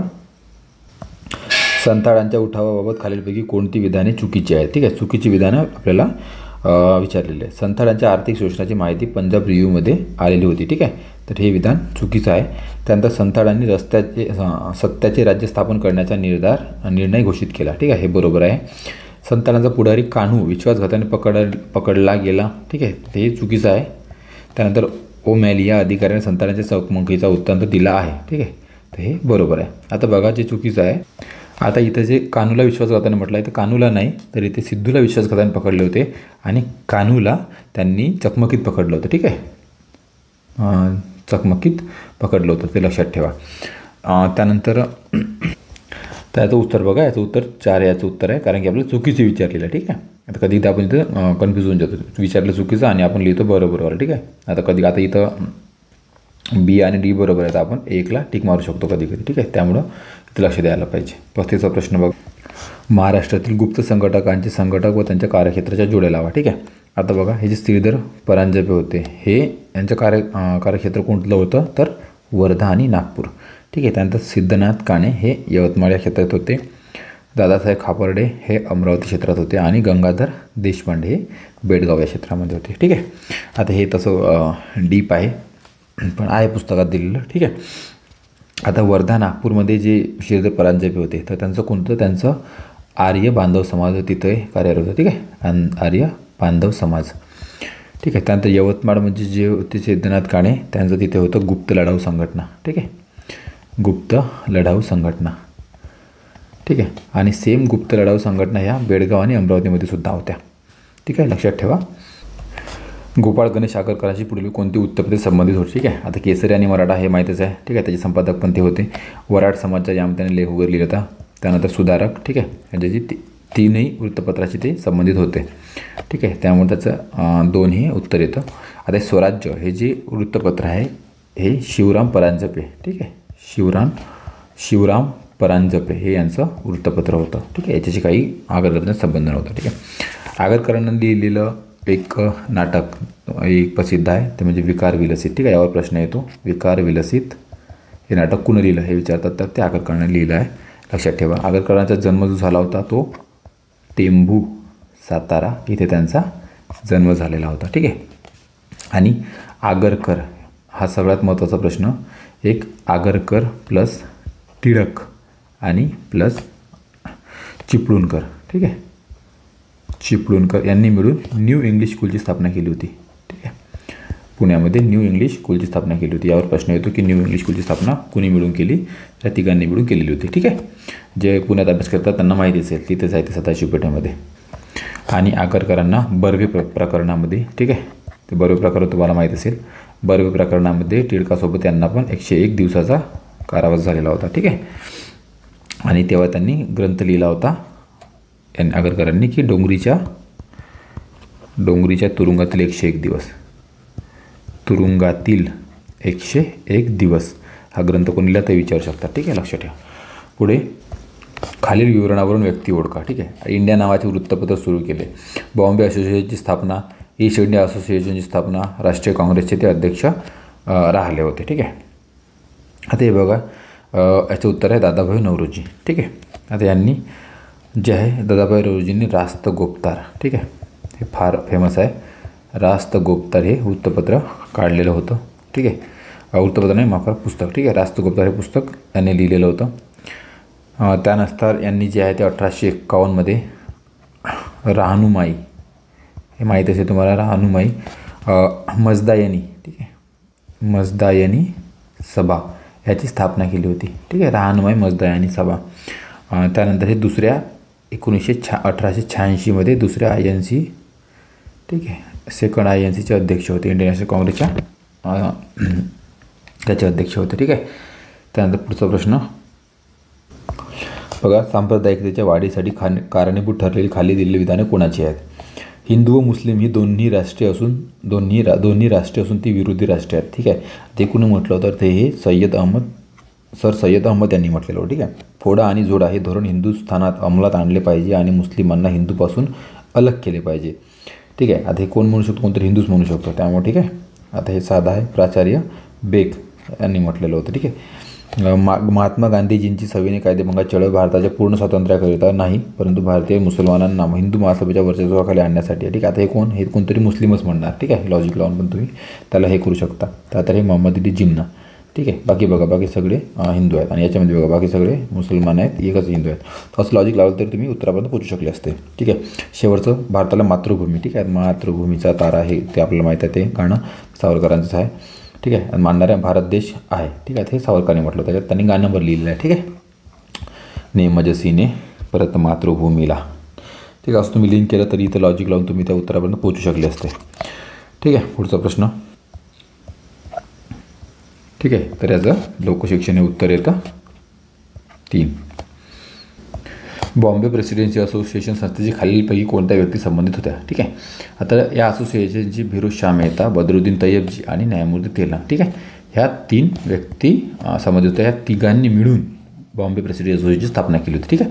याला ट्रायंगल पण म्हणतात या तिघांना, ठीक आहे, ट्रायो, ठीक आहे. ज्याप्रमाणे आपले आगरकर त्यांनी जे न्यू इंग्लिश स्कूलची स्थापना तिघांनी मिळून केली, त्याचप्रकारे या तिघांना पण ट्रायो बोललं जातं, ठीक आहे. ह्याचं उत्तर 2 याचं उत्तर आहे. बॉम्बे प्रेसिडेन्सी असोसिएशनची स्थापना कधी झाली होती तर नाही 1885मध्ये झाली होती, ठीक आहे. लक्षात ठेवा 1885. त्यानंतर बॉम्बे यांचं जे बॉम्बे असोसिएशन जे होतं ते द बॉम्बे क्रॉनिकल ते हे साप्ताहिक समाचारपत्र ते प्रकाशित करतो त्यांच्याकडून, ठीक आहे. महाराष्ट्र राज्यात 1911 ते 1922 या दशकात लोकसंख्या वाढ ऋणात्मक होती. याचे कारण काय, ठीक आहे. तर वाढ ऋणात्मक म्हणजे की आदल्या दशकामध्ये जे वाढ होती त्याच्यापेक्षा थोडी टक्क्यांनी काहीतरी घसरली दुसऱ्या दशकात, ठीक आहे. त्याला म्हणतात ऋणात्मक वाढ. आता त्याचं कारण काय होतं तर साथीच्या रोगामुळे मृत्यूदरामध्ये खूप मोठी वाढ झाली होती, ठीक आहे. साथीचे रोग आले त्यावेळेस प्लेग वेग वगैरे, त्यामुळं झालं. त्याचं उत्तर 2 आहे, ठीक आहे. आणि हे एकमेव असं दशक होतं, हे लक्षात ठेवा. फार महत्त्वाच्यावर कितीतरी प्रश्न येऊन गेला हा 1911 ते 1921वर. हे एकमेव असं दशक होतं ज्यामुळे निगेटिव्ह वाढ झाली होती, ठीक आहे. निगेटिव्ह वाढ म्हणजे आता सांगितलं की आधीच्या दशकापेक्षा वाढ कमी होणं, ठीक आहे. तर यावर्षी -0.31% याच्याने वाढ म्हणू शकतो घटलं होतं, ठीक आहे. आता याच वार्षिक दशवार्षिकला म्हणतात, हे फार महत्त्वाचं आहे, लक्षात द्या, इयर ऑफ ग्रेट डिवाइड, ठीक आहे. इयर ऑफ ग्रेट डिवाइड या दशकाला म्हणतात. यावर पण प्रश्न आलेला आहे, ठीक आहे. त्यावेळेस पुअर हेल्थ आणि मेडिकल सर्व्हिसेसमुळे ते झालेलं होतं, ठीक आहे. पुढे महाराष्ट्र कृषी बाजार मंडळाची स्थापना डॅशमध्ये झाली होती, ठीक आहे. आता आयोगाने हा प्रश्न जो आहे तो कॅन्सल केलेला आहे, कारण की मी बघितलं तर सांगितलं नेटवर दिसलं मला की 23 मार्च 1984ला राष्ट्रीय कृषी मंडळाची स्थापना झाली आणि तो 84 इथं कुठे ऑप्शन नाही, त्यामुळे कदाचित हा प्रश्न कॅन्सल केलेला असावा, ठीक आहे. पुढे बघा भारतात या पिकाला सुवर्णतंतू म्हणतात, ठीक आहे. तर ताग जूट जे आहे त्याला गोल्डन फायबर म्हटलं जातं, ठीक आहे. कशामुळं त्याचा जो शायनिंग गोल्डन कलर असतो, ठीक आहे. गोल्डन कलरमुळं त्याला शाईन येतं आणि त्याचमुळे त्याला गोल्डन फायबर असं म्हटलं जातं, ठीक आहे, तागाला. आणि हे खूप जास्त मोस्ट युजफुल नॅचरल फायबर आहे, लक्षात ठेवा, ठीक आहे. आणि याचं जे उत्पादन आहे ते वेस्ट बेंगाल हे एकमेव 50% उत्पादन त्याचं करतं तागाचं, ठीक आहे. एकमेव राज्य, लक्षात ठेवा. हा प्रश्न बघा एकदम इझी प्रश्न आहे, ठीक आहे. महाराष्ट्राच्या पश्चिमेस उत्तर दक्षिण दिशेत कोणता पर्वत आहे, ठीक आहे. आता एकदम सरळ आहे. आता या प्रकारे आपला महाराष्ट्र आहे समजा, तर इकडे कोणता पर्वत आहे तर तो सह्याद्री पर्वत आहे, ठीक आहे. एकदम सोपा आहे. त्यानंतर सह्याद्री पर्वतालाच प्रमुख जलविभाजक म्हणून म्हटलं जातं, ठीक आहे. कारण की आता हा जो सह्याद्री पर्वत आहे इकडं नद्या वाहतात आणि या साईडला पण नद्या वाहतात, ठीक आहे. मधात त्याचा स्रोत आहे, उगम, ठीक आहे, सह्याद्रीमध्ये भरपूर नद्यांचा. त्यामुळे सह्याद्री पर्वत टोटल जवळजवळ 1600 किलोमीटर आहे, ठीक आहे. त्यापैकी जो 650 किलोमीटर तो महाराष्ट्रामध्ये आहे, ठीक आहे. त्याची उंची जी आहे सह्याद्री पर्वताची ते 900 ते 1200 मीटरपर्यंत त्याची उंची येते, ठीक आहे, 1200 मीटरपर्यंत. आणि समुद्रापासून तो किती लांब आहे तर 30 ते 60 किलोमीटर, ठीक आहे. 30 ते 60 किलोमीटर समुद्रापासून त्याची लांबी येते, ठीक आहे. पुढील विधान योग्य की अयोग्य ते विचारलेलं आहे बघा, ठीक आहे. शेतीच्या व्यापारीकरणामुळे भांडवलदारी शेती प्रक्रियेला उत्तेजन मिळाले नाही, ठीक आहे. तर हे बरोबर आहे, एकदम बरोबर आहे. त्यानंतर शेतीच्या व्यापारीकरणामुळे भाडे तत्वावरील वहिवाट आणि वाटे हिस्स्यामधील जमिनी लागवडीचे प्रमाण वाढले, ठीक आहे. तर हे पण बरोबर आहे, ठीक आहे. दोन्ही विधाने हे योग्य आहेत.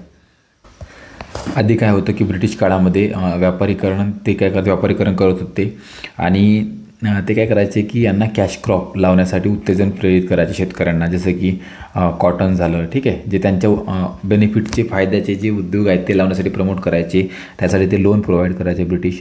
आणि शेतकरी वारंवार ते लावण्यामुळं काय होतं तर शेतीचे जे आहे ते उत्पादन क्षमता त्याची कमी व्हायची, ठीक आहे. शेती कमजोर व्हायची, ठीक आहे.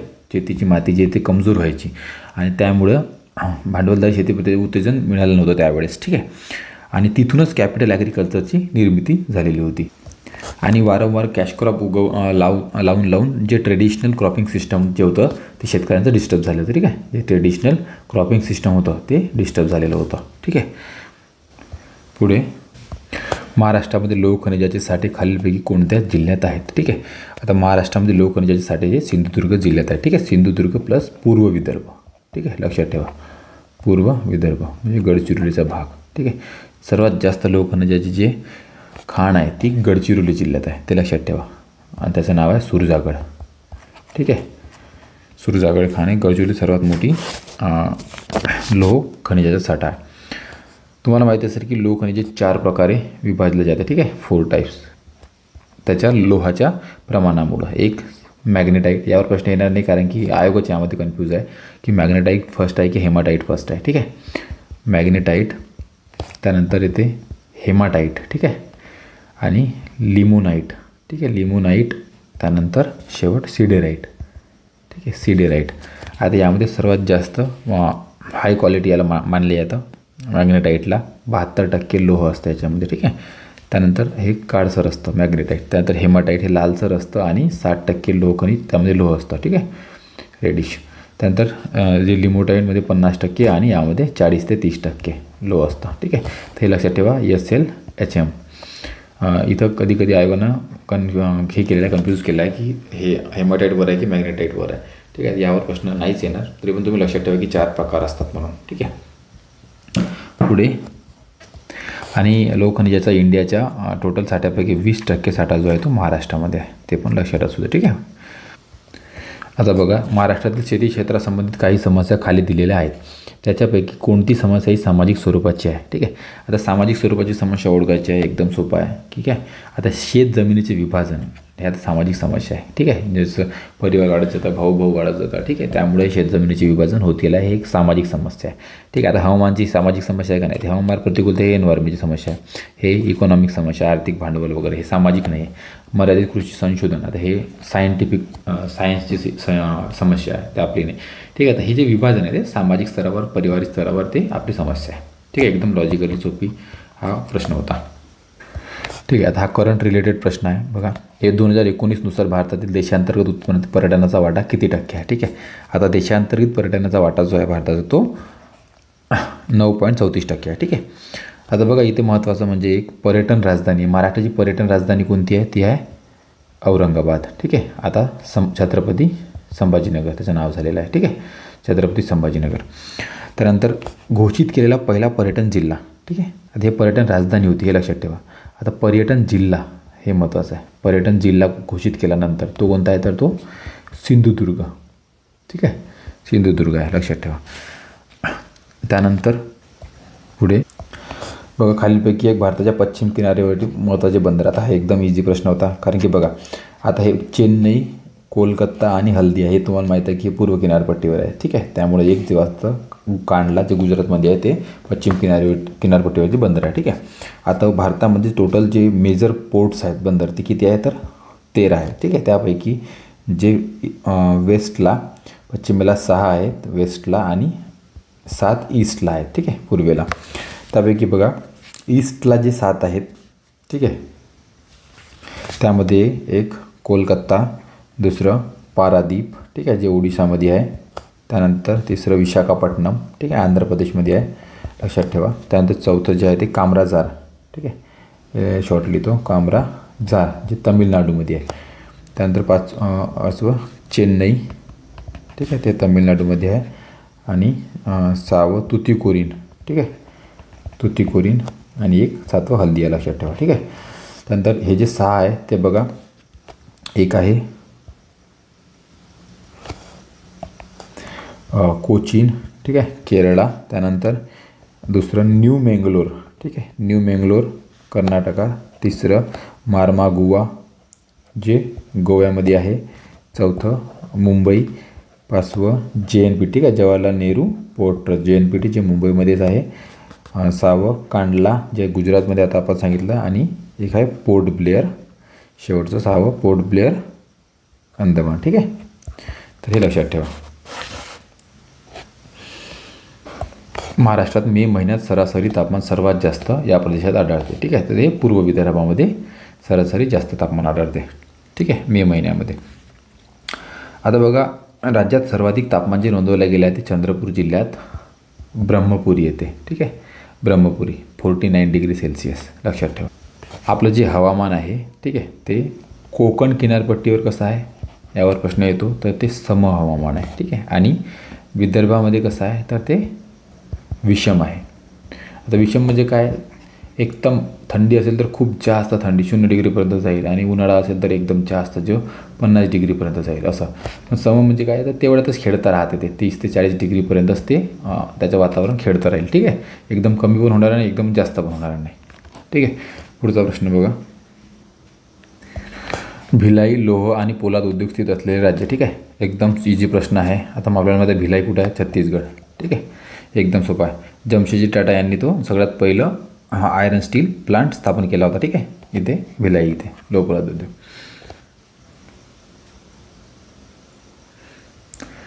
भिलाईला नाही तर जमशेदजी टाटांनी जमशेदपूरला पहिला फर्स्ट आयरन स्टील प्लांट स्थापन केला होता. ठीक आहे, जमशेदपूरला जमशेदजी टाटांनी.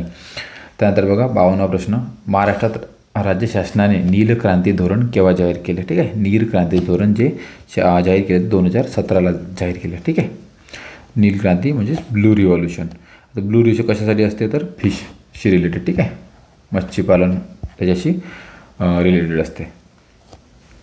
त्यानंतर बघा 53. ग्रामीण भागातील लोकसंख्या सतत कमी होत आहे, त्याचं कारण विचारलेलं आहे. ठीक आहे, त्याचं कारण काय आहे तर ग्रामीण भागातून शहराकडे जे स्थलांतर होते त्यामुळं त्याची लोकसंख्या सतत कमी होत आहे. ठीक आहे, हे एकमेव कारण आहे, ते लक्षात ठेवा. ठीक आहे, आता जन्मदर कमी आहे हे असं काही नाही, जन्मदर उलट ग्रामीण भागामध्ये जास्त आहे. ठीक आहे, रोजगाराची उपलब्धता नाही आहे हे चुकीचं आहे. शेतामध्ये किती रोजगार आहे? ठीक आहे, डायरेक्ट रोजगार नसेल तरी इनडायरेक्ट भरपूर एम्प्लॉयमेंट आहे. ग्रामीण भागात मृत्यूदर जास्त असतो हे चुकीचं आहे. उलट ग्रामीण भागामध्ये आजकाल मृत्यूदर कमी होत आहे. ठीक आहे, आरोग्य चांगलं राहतं शहरापेक्षा. तर हे एकमेव त्याचं बी हे उत्तर आहे. ठीक आहे, पुढील प्रश्न.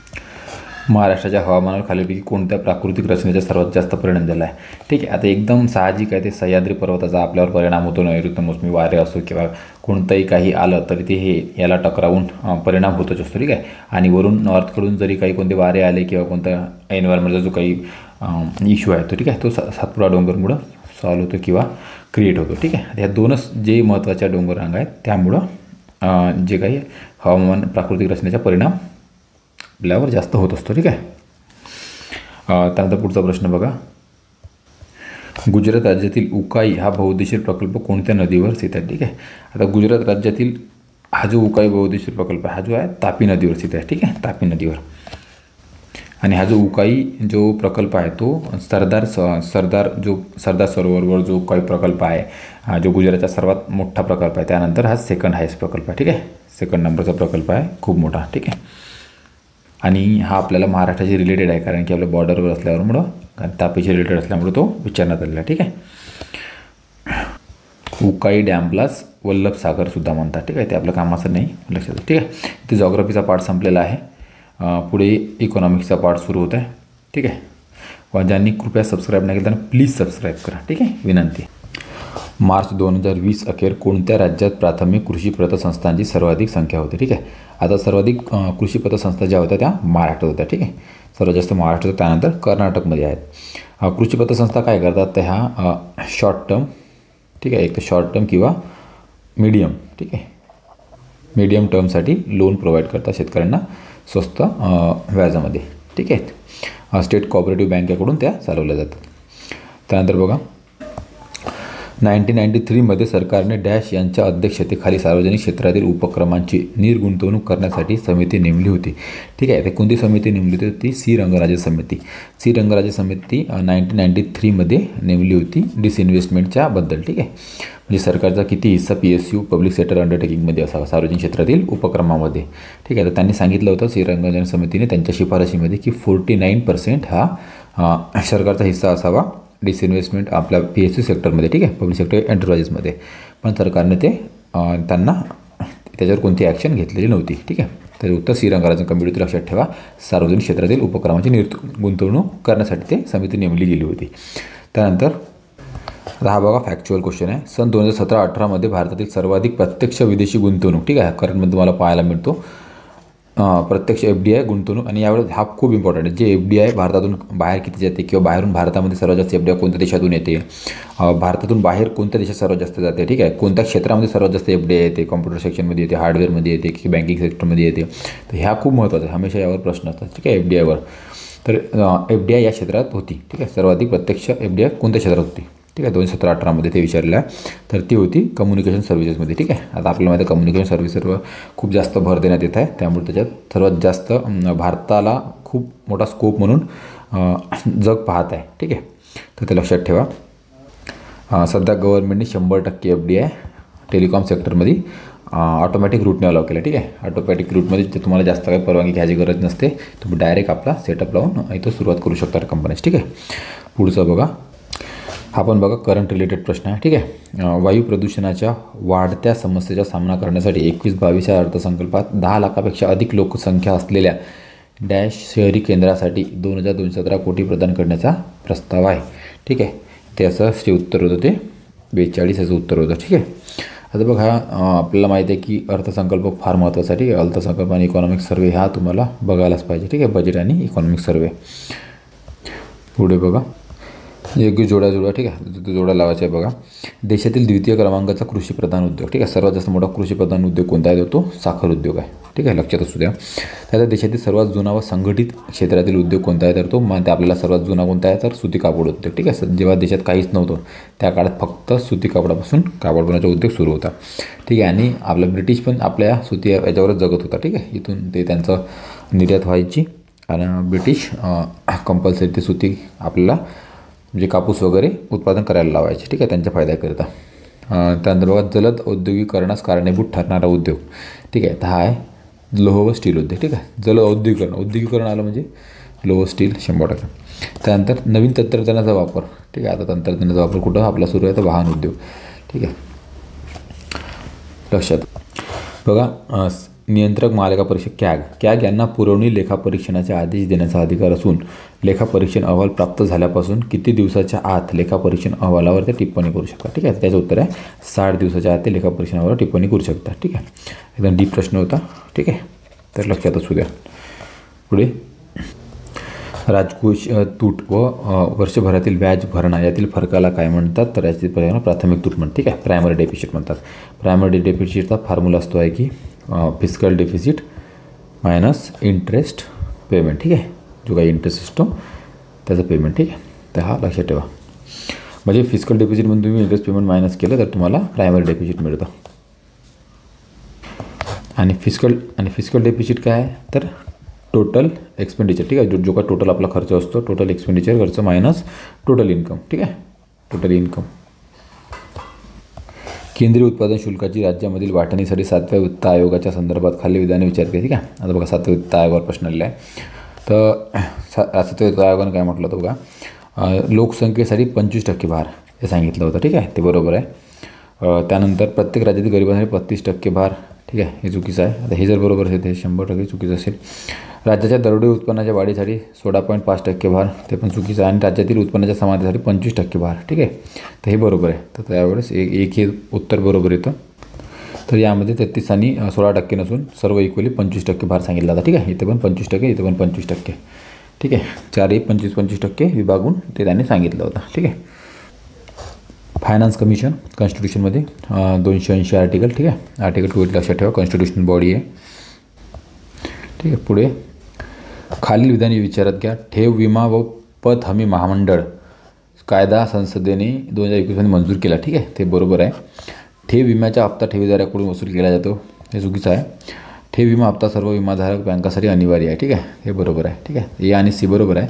बी बघा, हा जो हप्ता आहे तो ठेवीदाराकडून नाही तर हा बँकेकडून वसूल केला जातो. ठीक आहे, बँकेकडून. जेव्हा केव्हा माहीत आपल्याला बँक डुबतात, बँकचं लिक्विडेशन होतं. ठीक आहे, त्यावेळेस काय होतं की DI CGC हे DICC एक अशी संस्था आहे जी तुम्हाला मिनिमम म्हणजे मॅक्झिमम 5 लाख रुपयापर्यंत तुमचा क्लेम हे करता. ठीक आहे, सेटल करता. 5 लाखापर्यंत तुम्हाला ते कोणती जरी बँक डुबली तरी तुम्हाला 5 लाख हे निश्चित मिळणार. जर त्याचे 5 लाख किंवा त्यापेक्षा जास्त तुमचे पैसे असेल तर. ठीक आहे, जर कमी पैसे असेल त्या बँकेमध्ये तर तुम्हाला तेवढेच मिळणार. ठीक आहे, पण मॅक्झिमम 5 लाखापर्यंत तुम्हाला देतात. ठीक आहे, पुढे खालील विधान विचारात घ्या. संपूर्ण ग्रामीण रोजगार योजना सप्टेंबर 2001 सुरू करण्यात आली. ठीक आहे, बरोबर आहे. महात्मा गांधी राष्ट्रीय ग्रामीण रोजगार हमी योजना 2006 सुरू करण्यात. ठीक आहे, बरोबर आहे. 100 दिवसाचा रोजगार देते ते. त्यानंतर नेहरू रोजगार योजना ऑक्टोबर 2089 ग्रामीण गरिबांच्या फायदा सुरू करण्यात. ठीक आहे, ग्रामीण नाही, हे शहरी गरिबांच्या फायदा. ठीक आहे, शहरी लोकांसाठी सुरू करण्यात आली होती. ठीक आहे, हे चुकीचं आहे, ते लक्षात असू द्या. त्यामुळे असं उत्तर जे आहे ते 3 असं उत्तर येते. हे शहरी भागातील सुशिक्षित बेरोजगारांना रोजगाराची संधी उपलब्ध करून देण्यासाठी हे योजना आणली होती. ठीक आहे. 2016ची NK सिंग समिती ही कशाशी संबंधित आहे? ठीक आहे. NK सिंग समिती जी आहे ते वित्तीय जबाबदारी आणि अर्थसंकल्प व्यवस्थापन कायदा याच्याशी संबंधित होते. ठीक आहे. आता NK सिंग आपल्याला माहीत आहे ते 15व्या फायनान्स कमिशनचे अध्यक्ष होते. ठीक आहे. आता इथं 14वा दिला आहे, तर 15वा फायनान्स कमिशन होते. ते जर 15वा असतात हे उत्तर असतं. ठीक आहे. ते लक्षात असू द्या.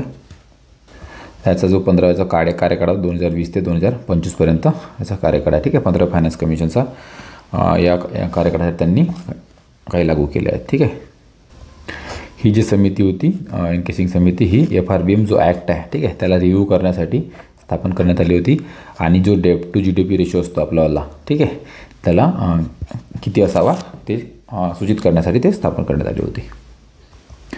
1980 ते 85 या काळात लहान जमीनधारकता होण्याची खालील कोणती कारणे होती? ठीक आहे. आता बघा, वारसा कायदा, ठीक आहे, बरोबर आहे. वेगाने वाढणारी लोकसंख्या, ग्रामीण कर्जबाजारपणा, ते पण बरोबर. ठीक आहे.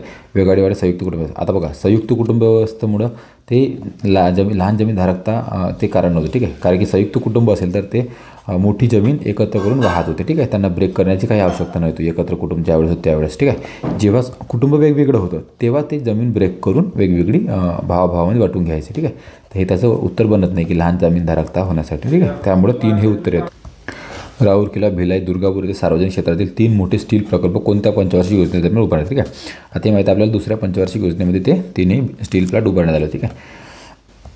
पहिली पंचवार्षिक जी योजना होती ती जास्त करून जे ॲग्रिकल्चर सेक्टर आणि डॅम आणि इरिगेशनवर फोकस करण्यात आली होती. ठीक आहे. ॲग्रिकल्चर, डॅम आणि इरिगेशन. दुसरी जी पंचवार्षिक योजना होती त्यावर जास्तीत जास्त इंडस्ट्री आणि पब्लिक सेक्टरवर भर देण्यात आला होता. ठीक आहे. इंडस्ट्री आणि पब्लिक सेक्टरवर भर देण्यात आला होता. पहिली जी पंचवार्षिक योजना होती ती हॉरर डोमर, ठीक आहे, हॉरर डोमर मॉडेलवर आधारित होती. आणि दुसरी पंचवार्षिक योजना जी होती ती PC महालनोबिस, ठीक आहे, PC महालनोबिस याच्यावर आधारित होती. ठीक आहे.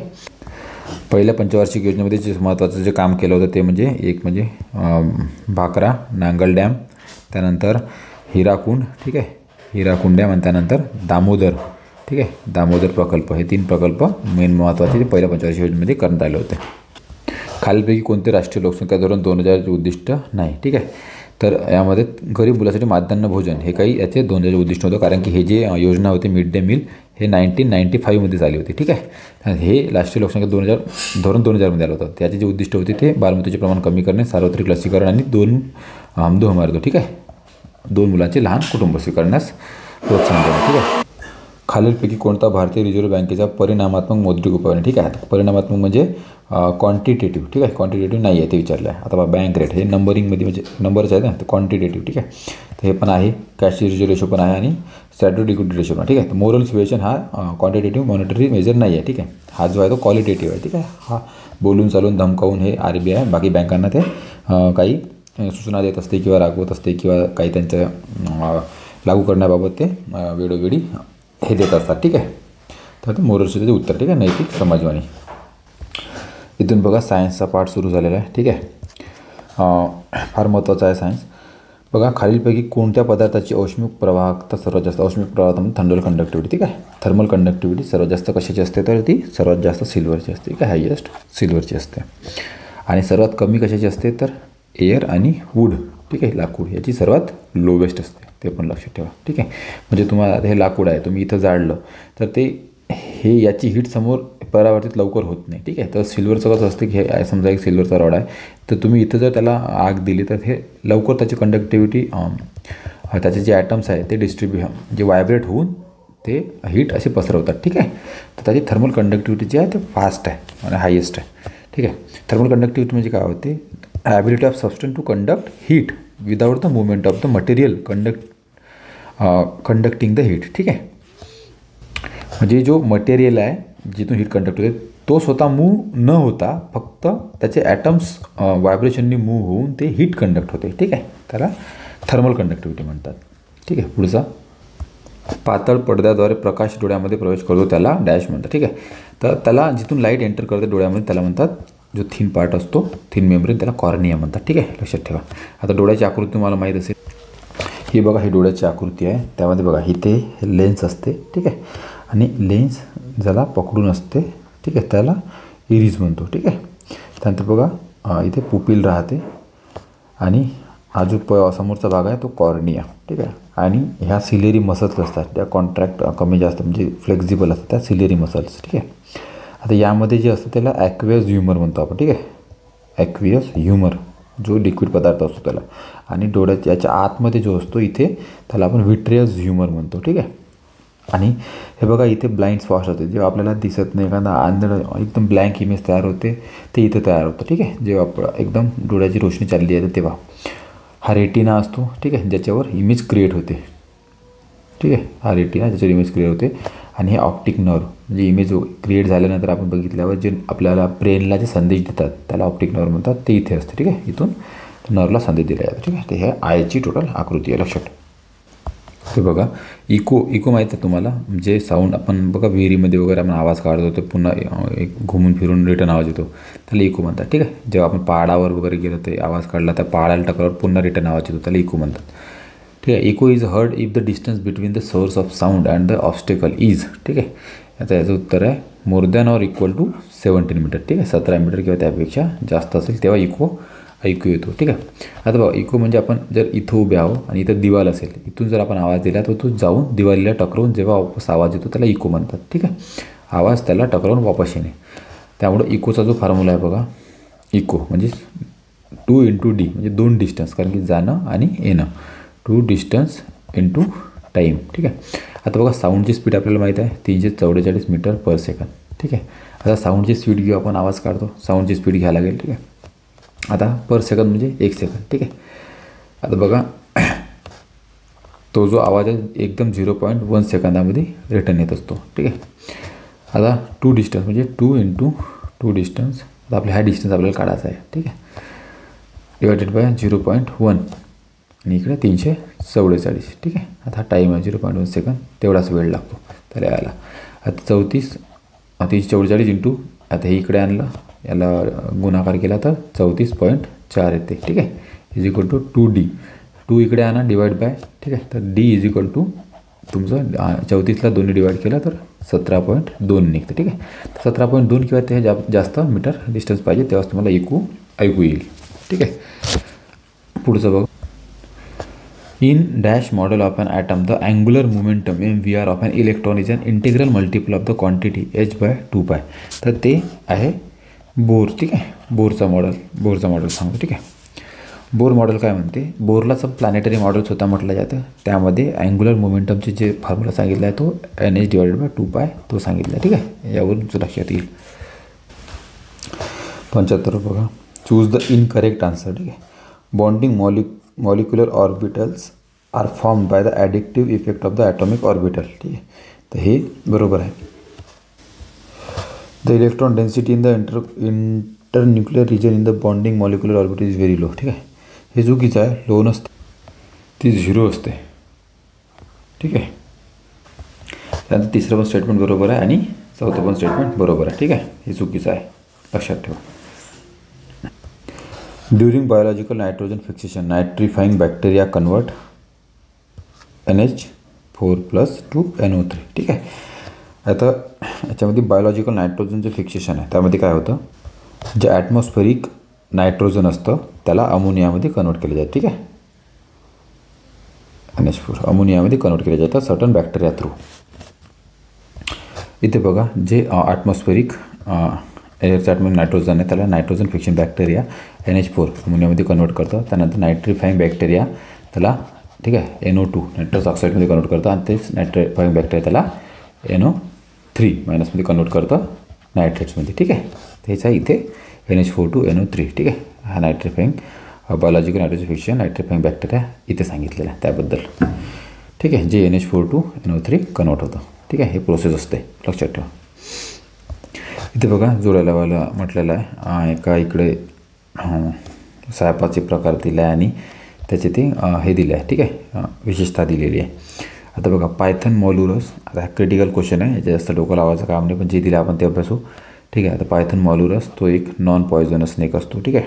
त्यानंतर नाजा, ठीक आहे, हा न्यूरोटॉक्सिक असतो, ठीक आहे. त्यानंतर वायपर सेली हेमॅटॉक्सिक, ठीक आहे. त्यानंतर टायप्लॉप्स रामिनस ब्लाइंड स्नेक असतो, ठीक आहे, ब्लाइंड असतो, लक्षात ठेवा. ठीक आहे. याचं जे उत्तर येतं ते 1 ह्याचं उत्तर येतं. पुढचं ठीक आहे. हा बघा याच्यामध्ये जे आपलं ऑरेलिया, ठीक आहे, थोडं डीपच क्वेश्चन आहे. ऑरेलियाच्या लार्वर स्टेजेस विचारलं आहे, म्हणजे अंड्यापासून ते मोठं होण्यापर्यंत नाही का, जीव येण्यापर्यंत, जेव्हा एकदम अंड्यातला जीव असतो तो एक जीव होण्यापर्यंतची ते प्रक्रिया, तर त्याच्या स्टेजेस विचारले. ठीक आहे. तर त्याच्या स्टेजेस असतात. सगळ्यात पहिलं प्लॅनुला, हायड्रॅटुबा, सिपिस्टोमा आणि इफ्रिरा. ठीक आहे. तर एक याचं उत्तर होतं. पुढे खालीलपैकी कोणता किंवा प्राण्यांचा समूह एक सरपटणारे प्राणी या वर्गात मोडतात. ठीक आहे. सरपटणारे प्राणी म्हणजे रेप्टिलियन ॲनिमल. ठीक आहे. आता त्यामध्ये मोडतात बघा टर्टल, घडियाल, कॅमन आणि ट्वाटारा हे सरपटणाऱ्या प्राण्यामध्ये मोडतात. ठीक आहे. आता बघा बाकी तुम्ही बघायला गेलं तर आता इथे बघा फ्रॉग वगैरे हे ॲम्फिबियन प्राणीज आहे. ठीक आहे. ते पाण्यात पण राहतात, जमिनीवर पण राहतात. ठीक आहे. त्यानंतर फ्रॉगचे दोन्ही तसे पण एलिमिनेट होतात. त्यानंतर सॅलॅमँडर हा पण ॲम्फिबियन प्राणी आहे. ठीक आहे. त्यामुळे हे पण एलिमिनेट होतं. तर लक्षात असू द्या. खारपान पट्ट्यातील शेतीतील सिंचनामुळे पिकांच्या उत्पादनावर परिणाम होण्याची कारणे म्हणजे, ठीक आहे, आता कारणे विचारले. तर जमिनीच्या पोताच्या निकृष्ट दर्जामुळे बरोबर आहे. ठीक आहे. त्यानंतर पिकाची वाढ खुंटल्यामुळे चुकीचं आहे. पानांचं पिवळेपणा चुकीचं आहे. जमिनीतील क्षारांच्या सिंचनामुळे, ठीक आहे, बरोबर आहे. ठीक आहे. याचं उत्तर जे येतं ते 4 याचं उत्तर येतं. ठीक आहे. लक्षात असू द्या. आंतरिक कीड म्हणजे काय. ठीक आहे. तर आंतरिक कीड म्हणजे काय होते की ते एखाद्या प्रदेशामध्ये वर्षानुवर्ष असते, त्याला आंतरिक कीड म्हणतात. ठीक आहे. आंतरिक कीड त्याला एंडेमिक पेस्ट म्हणतात. ठीक आहे. ते एखाद्या स्पेसिफिक प्रदेशात असतं फक्त. आता पॅन्डेमिक म्हणजे काय होतं, जसं की आपण कोरोना बघितलं. पॅन्डेमिक म्हणजे ते एकदम पूर्ण जगभर पसरतो खूप मोठ्या प्रदेशात, त्याला पॅन्डेमिक म्हणतात. ठीक आहे. एंडेमिक म्हणजे काही विशिष्ट प्रदेशात. ठीक आहे. शब्दावरून पण ते उत्तर येऊ शकलं असतं. ज्या झाडांची बी उघडी असते ती झाडं कोणत्या गटात मोडतात. ठीक आहे. तर त्या गटाला म्हणतात जिम्नोस्पर्म. ठीक आहे. आता सीड वरून बघा 2 प्रकार आहेत, एक जिम्नोस्पर आणि एक अँजिओस्पर्म. ठीक आहे. तर अँजिओस्पर्ममध्ये काय होते की त्याला फ्लावर वगैरे असतात. ठीक आहे. आणि यांची बी जी असते ती झाकलेली असते. ठीक आहे. अँजिओस्पर्ममध्ये झाकलेली बी असते. त्यानंतर जिम्नोस्पर्ममध्ये याचा फ्लावर नसतात. ठीक आहे. याला फ्लावर नसतात आणि याची जी बी असते ते उघडी असते. ठीक आहे. लक्षात ठेवा. जिम्नोस्पर्म आणि अँजिओस्पर्म. खालीलपैकी कोणता विषाणू एका व्यक्तीकडून दुसऱ्या व्यक्तीकडे संक्रमित सुई किंवा असुई लैंगिक संबंधामुळे पसरतो. ठीक आहे. आता हेपेटायटिस बी जो असा तो सेक्सुअली इन्फेक्टेड डिसीज आहे. ठीक आहे. वा निडल किंवा अनप्रोटेक्टेड सेक्समुळे पण होतो. ठीक आहे. हेपेटायटिस बी लक्षात असू द्या. त्यानंतर हा जो डेंग्यू जो आहे ते डास चावल्यामुळे होतं. ठीक आहे. डास चावल्यामुळं डेंग्यू होतं. रोटाव्हायरस जो आहे जेव्हा हाताचा तोंडाशी कॉन्टॅक्ट येतो त्यावेळेस रोटाव्हायरस सर्व पसरतो. आणि हेपेटायटिस बी हे जे आहे हा फूड किंवा वॉटरद्वारे पसरतो. ठीक आहे. इन्फेक्टेड पर्सनकडून दुसऱ्या पर्सनकडे. हेपेटायटिस बीमध्ये काय होते की लिव्हर जे आहे ते इन्फेक्ट होतं. ठीक आहे. लिव्हरला इन्फेक्ट होतं, त्यामुळे ते लिव्हर कॅन्सर पण होऊ शकतो किंवा त्यामुळे डेथ पण होऊ शकतो. ठीक आहे. पुढे कोणत्या शास्त्रज्ञाने देवी रोगावर लसीचा शोध लावला. ठीक आहे. तर एडवर्ड जेन्नर यांनी देवी रोगावरील लसीचा शोध लावला होता. ठीक आहे. खूपदा रिपीटेड प्रश्न हा महत्त्वाचा. लुई पाश्चर कशासाठी फेमस आहे, तर त्यांनी पाश्चरायझेशनचं हे केलं होतं. ठीक आहे. पाश्चरायझेशन जे आता आपण बघतो मिल्क पॉकेटमध्ये बंद करून येतं म्हणजे खराब होत नाही. ठीक आहे. तर ते त्याला गरम करून ते पाश्चरायझेशनचा शोध त्यांनी लावला. तर लुई पाश्चरलाच म्हणतात फादर ऑफ मायक्रोबायोलॉजी. ठीक आहे. फादर ऑफ मायक्रोबायोलॉजी लक्षात असू द्या. अलेक्झांडर फ्लेमिंगनी माहीत आहे पेनिसिलिनचा शोध लावला. ठीक आहे. पेनिसिलिन. ठीक आहे. लक्षात असू द्या. हा पण रिपीटेड खूपदा आलेला प्रश्न आहे. सेल्मन वॉक्समॅन यांनी स्ट्रेप्टोमायसिनचा शोध लावला. स्ट्रेप्टोमायसिन जे आपण TBसाठी वापरतो. ठीक आहे. पुढे निर्जंतुकीकरण करण्यासाठी खाली कोणाचा वापर करतो. ठीक आहे. अल्ट्राव्हायोलेट रेजचा आपण निर्जंतुकीकरणासाठी डिसइन्फेक्ट सर्फेसेस करण्यासाठी वापर करतो. ठीक आहे. अल्ट्राव्हायोलेट रेजचा. अजून अल्ट्राव्हायोलेट रेजचा कुठं वापर केला जाते, तर वॉटर प्युरिफायरसाठी. ठीक आहे. वॉटर प्युरिफाय करण्यासाठी. त्यानंतर ट्रीटमेंट ऑफ कॅन्सरची ट्रीटमेंट, किलिंग बॅक्टेरियाला किल करण्यासाठी. ठीक आहे. आणि त्यानंतर अजून खूप सारे मेनी मोर. ठीक आहे. त्याचे उपयोग असतात. मेडिकल पर्पजमध्ये त्याचे खूप सारे मेडिकल क्षेत्रामध्ये पण खूप सारे उपयोग केले जातात. ठीक आहे. इथे सायन्स आपल्याला बघा आता आपण रिजनिंग आणि मॅथ्सच्या याच्याकडे वळणार आहोत. ठीक आहे, 15 क्वेश्चन त्यावर येतात. ज्यांनी सबस्क्राईब नाही प्लीज सबस्क्राईब करा. ठीक आहे, विनंती आहे. दिलेल्या विधानाशी निगडीत कोणते गृहीतक बरोबर आहे? ठीक आहे, बरोबर विचारलेलं विधान बघा. सिगरेट ओढणे आरोग्यासाठी हानिकारक आहे अशी माहिती सिगरेट पाकिटावर छापलेली असते. ठीक आहे, गृहीतक 1, कारण सिगरेट पाकिटावर लिहिलेली माहिती लोक वाचतात. बरोबर आहे. बऱ्याच व्यक्ती सिगरेट पाकिटावर दिलेल्या इशाऱ्याचा गांभीर्याने विचार करतात. ठीक आहे, हे पण बरोबर आहे. ठीक आहे, त्यामुळं गृहीतक 1 आणि दोन्ही बरोबर आहे. ठीक आहे, 3 याचं उत्तर येतं. पुढे इथे बघा, विविध रेल्वे गाड्यांमधील प्रवाशांचे शेकडा प्रमाण पुढील वर्तुळ खंडात दर्शवले. ठीक आहे, रेल्वे गाड्याचे शेकडा प्रमाण इथे सांगितलेलं आहे. ठीक आहे, आता बघा, प्रवाशांची एकूण संख्या दिलेली आहे आपल्याला 8500. तर त्यांनी विचारलं आहे 8500 एकूण प्रवासी आहेत. तर गाडी एस, एम आणि एल म्हणजे एस, एम आणि एल यांची मिळून सरासरी प्रवासी संख्या किती? ठीक आहे, ते विचारलेलं आहे. आता बघा, 100% म्हणजेच आपण जर 8500 समजलं. ठीक आहे, म्हणजेच 1% किती झाला? तर 85 म्हणजेच 1% झाला. ठीक आहे, त्यामुळं आता एस, एल आणि एमची जर बेरीज केली या तिघाची तर किती येते? 15 + 20 + 24. ठीक आहे, हे येते 59%. 59%. आता याच्या 59% काढूया आपण.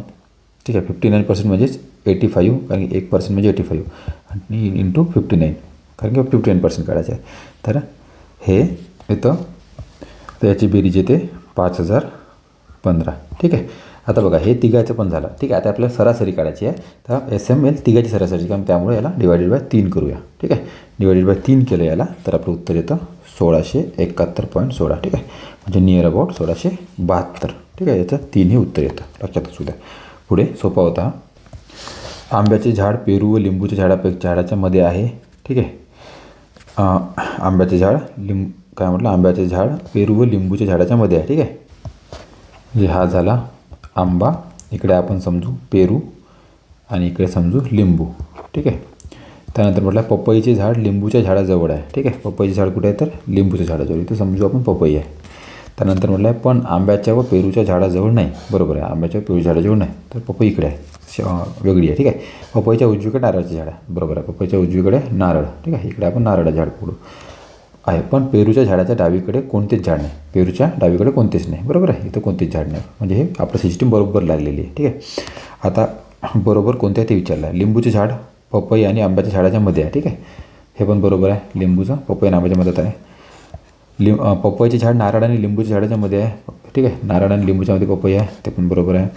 पपईचे झाड नारळाच्या झाडाजवळ आहे. ठीक आहे, पपईचे झाड नारळाच्या झाडाजवळ आहे, ते पण बरोबर. ठीक आहे, म्हणजे तिन्ही विधान आपले बरोबर आहे. 4 पर्याय. इथे बघा काय म्हटलं, 89 प्रश्न. एका क्लबमध्ये 80 खेळाडू. ठीक आहे, किती? 80 खेळाडू आहेत.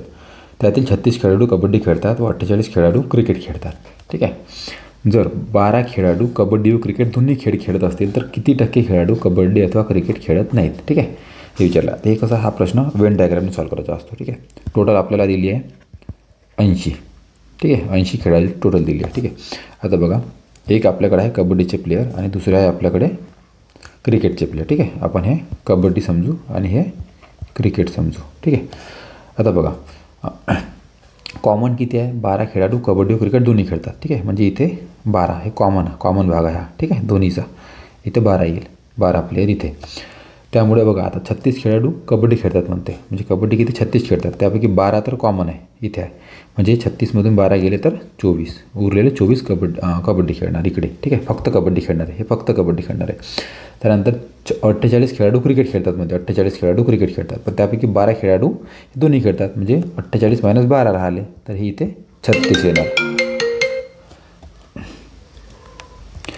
म्हणजे बघा, आता याची टोटल करू, म्हणजे खेळणारे कबड्डी आणि क्रिकेट खेळणारे किती? तर 24 + 12 + 36. ठीक आहे, त्याची टोटल केली हे येते 72. म्हणजे 80पैकी, आता टोटल 80 खेळाडू, 80पैकी 72 खेळाडू म्हणजे हे लोक खेळतात. म्हणजे काही न खेळणारे खेळाडू किती आहे? तर 80 - 72, म्हणजे 8 खेळाडू असे जे क्रिकेट किंवा कबड्डी दोन्ही खेळ खेळत नाही. ठीक आहे, आता 8 खेळाडू म्हणजे याचे पर्सेंटेज काढायचे विचारले आपल्याला, म्हणजेच 8 / 80 × 100. ठीक आहे, सोप्या भाषेत आता पर्सेंटेज काढायचे. तर हे किती येते? टोटल 10%, कारण की 80चे 8 म्हणजे 10% झाले. ठीक आहे, म्हणजे उत्तर येतं आपलं 10%. ठीक आहे, एकदम एवढं सोपं आहे. पुढचा प्रश्न बघा. ठीक आहे. आता हा प्रश्न इथं काही जास्त डोकं लावू नका. ठीक आहे. आता हा प्रश्न आयोगाने जिथं प्रॉपर डेटा नसल्यामुळं आयोगाने कॅन्सल केला आहे. ठीक आहे. डेटा प्रॉपर नसल्यामुळे आयोगाने क्वेश्चन कॅन्सल केला आहे. ठीक आहे. पुढे बघा 91मध्ये काय म्हणतं, जर इंग्रजी अक्षरे ए ते एम मधील अक्षरे अनुक्रमे 1 ते 13 पर्यंतची संख्या दर्शवतात. ठीक आहे. म्हणजे ए म्हणजे 1, बी म्हणजे 2, सी म्हणजे 3 असं म्हणायचं त्याला. ठीक आहे. असतील आणि एन 0 दर्शवित असेल. ठीक आहे. म्हणजे एम नंतर एन येते तर एम किती 13 दर्शवते आणि एन 0. ठीक आहे. तर असेल आणि ओ ते झेड मधील अक्षरे अनुक्रमे -1 ते -12 असतील. म्हणजे एन नंतर जसं एम एन ओपासून मग -1 मग O M N O P -2 P Q -3 R -4 अशा प्रकारे. ठीक आहे. झेडपर्यंत म्हणजे झेड येते -12 असं त्यांचं म्हणणं आहे. ठीक आहे. आता बघा, तर सक्सेस दर्शवणाऱ्या पूर्णांकाची बेरीज किती. ठीक आहे. तुम्हाला माहिती आहे की एपर्यंत इकडं पूर्ण एमपर्यंत आपण लिहून घेतो. ठीक आहे. एमपर्यंत त्यानंतर एनपासून इकडे झेडपर्यंत लिहून घेतो. ठीक आहे. आता हे 13पर्यंत आपल्याला माहीत आहे 1 ते 13. त्यानंतर इथे एन 0 -1 -2 ते -12. ठीक आहे. हे तुम्हाला लिहून घ्यावं लागेल जर तुम्हाला लक्षात राहत नसेल तर.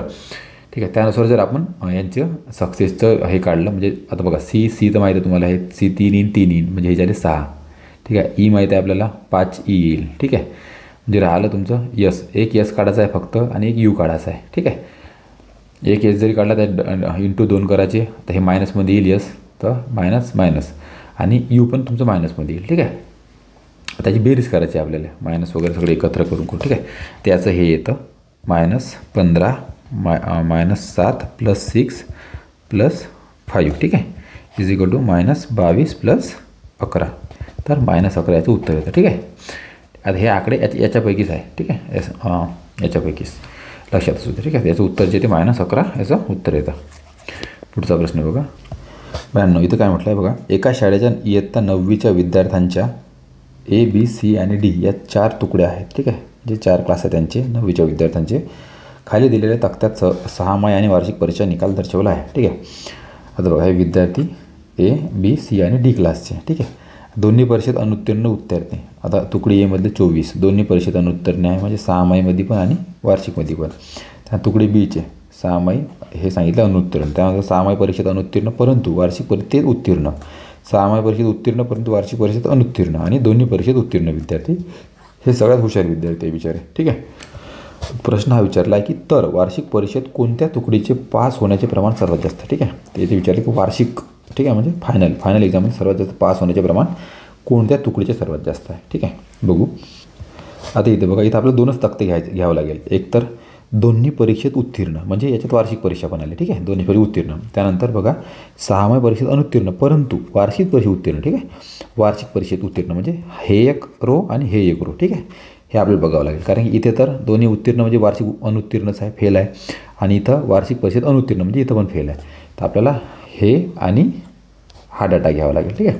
आता बघा एचा डाटा इथे 14 + 64. ठीक आहे. त्याचं येते 78. त्यानंतर 13 + 55 हे येतं 68. ठीक आहे. त्यानंतर 18 + 48 46 हे येतं 64 आणि 18 + 78 हे येतं 88. ठीक आहे. त्यामुळे बघा सर्वात जास्त जे प्रमाण आहे ते डी या तुकडीचं आहे पास होण्याचं. ठीक आहे. ह्या 4 पैकी इथं 88 सर्वात जास्त आहे. ठीक आहे. त्यामुळं डी हे आपलं उत्तर येते. ठीक आहे.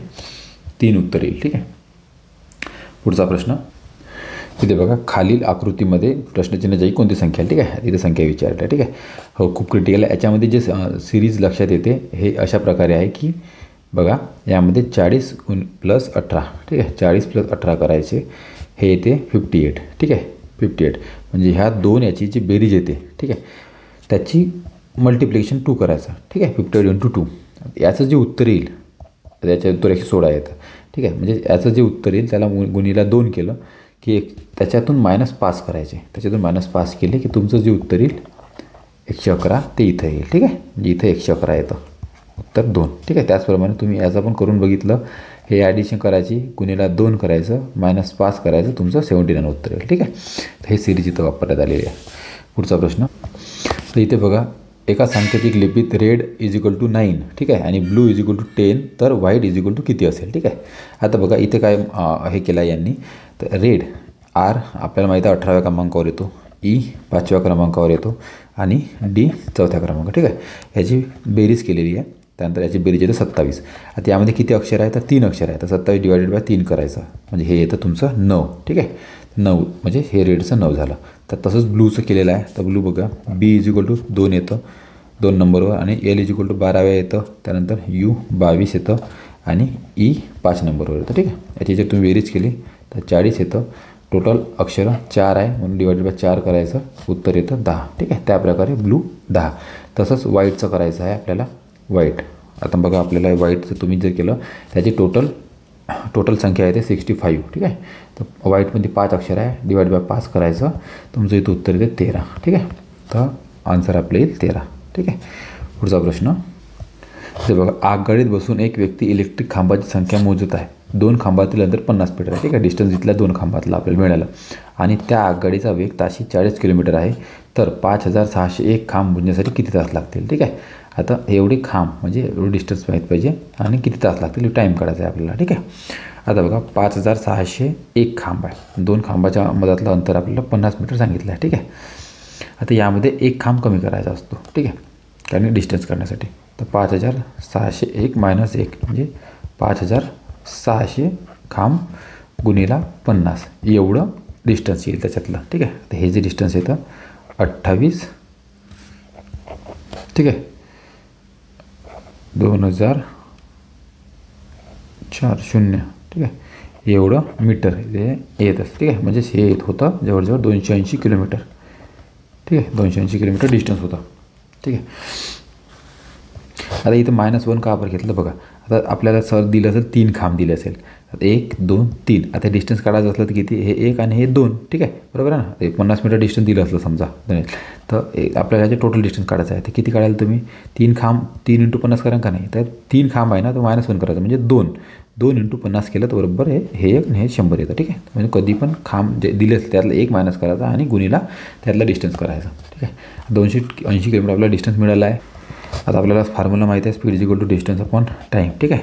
डिस्टन्स 280, टाईम काढायचा आहे, स्पीड आपल्याकडे आहे, तुमचा टाईम निघेल, स्पीड टाकायची इथं 40 आणि तुमचा टाईम निघेल 7 आवर, ठीक आहे, कॅल्क्युलेट केल्यानंतर. पुढचं बघा, अनुक्रमे 1 ते 97 मधील नैसर्गिक संख्यांची सरासरी काढा, ठीक आहे. नैसर्गिक संख्या सरासरी काढायची आहे. याचा फॉर्म्युला डायरेक्ट येतो, फर्स्ट टर्म घ्यायची प्लस लास्ट टर्म घ्यायची डिवायडेड बाय 2 करायचं. पहिली टर्म कोणती आहे 1 आणि लास्ट टर्म आहे 97 डिवायडेड बाय 2, ठीक आहे. 97 आणि 1 98, ठीक आहे. 98 डिवायडेड बाय 2 किती होते तर 49, ठीक आहे. उत्तर त्याचं येते 49, 4 उत्तर येते. पुढचा प्रश्न ते बघा, 250 मीटर लांबीची रेल्वे गाडी ताशी 45 किलोमीटर वेगाने धावते. तर 250 मीटर लांबीचा प्लॅटफॉर्म ओलांडण्यासाठी किती वेळ लागेल, ठीक आहे. आपल्याला स्पीड दिलेली आहे 45 किलोमीटर पर सेकंड आणि रेल्वे गाडीची लांबी दिली आहे 250 मीटर आणि प्लॅटफॉर्मची लांबी दिली आहे 250 मीटर, ठीक आहे. आता टोटल डिस्टन्स किती झालं, रेल्वे गाडी, आता हे बघा हे रेल्वे गाडी असेल आणि हा प्लॅटफॉर्म असेल. तर हा प्लॅटफॉर्म ओलांडण्यासाठी म्हणजे प्लॅटफॉर्म तर कवर करावंच लागेल रेल्वे गाडीला, पण स्वतःची लांबी तर तिला स्वतःची लांबी पण पार करावं लागेल ना, म्हणजे शेवटचा डब्बा तर पास करावाच लागेल, ठीक आहे. म्हणून आपण रेल्वेची आणि प्लॅटफॉर्मची दोन्ही पण लांबी घेत असतो, ठीक आहे. तर आपलं टोटल डिस्टन्स किती झालं 250 मीटर हे आणि 250 मीटर प्लॅटफॉर्मचं म्हणजे 500 मीटर हे टोटल डिस्टन्स झालं आपल्याला, ठीक आहे. त्यानंतर बघा स्पीड आपल्याला दिली आहे 45 किलोमीटर वेगाने.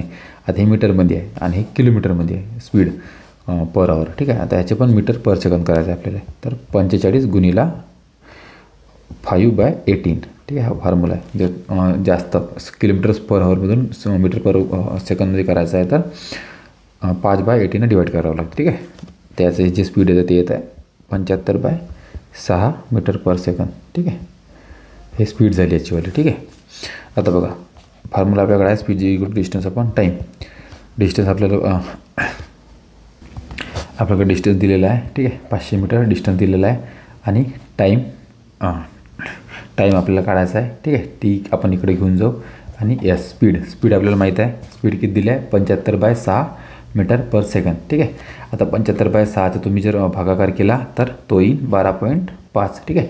डायरेक्ट जरी ठेवलं तरी तुम्ही ठेवू शकता, ठीक आहे. 12.5 = 40 सेकंद, ठीक आहे. 40 सेकंद तुमचं उत्तर येतं फॉर्म्युला हे केल्यावर.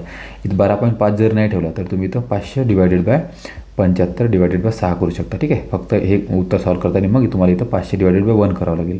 ठीक आहे. जेणेकरून तुम्ही इकडे घेऊन गेले तर हे याचं कसं बनेल 500 गुणिला 6 बाय 75 असं बनेल. ठीक आहे. सॉल्व केल्यानंतर तुमचं 40च उत्तर येईल. ठीक आहे. तर ह्याचं उत्तर येते 2 याचं उत्तर येते. ठीक आहे. पुढचा प्रश्न काय म्हटलं 98मध्ये रवीने सुधीरला एक वस्तू 6% नफ्याने विकली. ठीक आहे. त्याला 6% नफा झाला.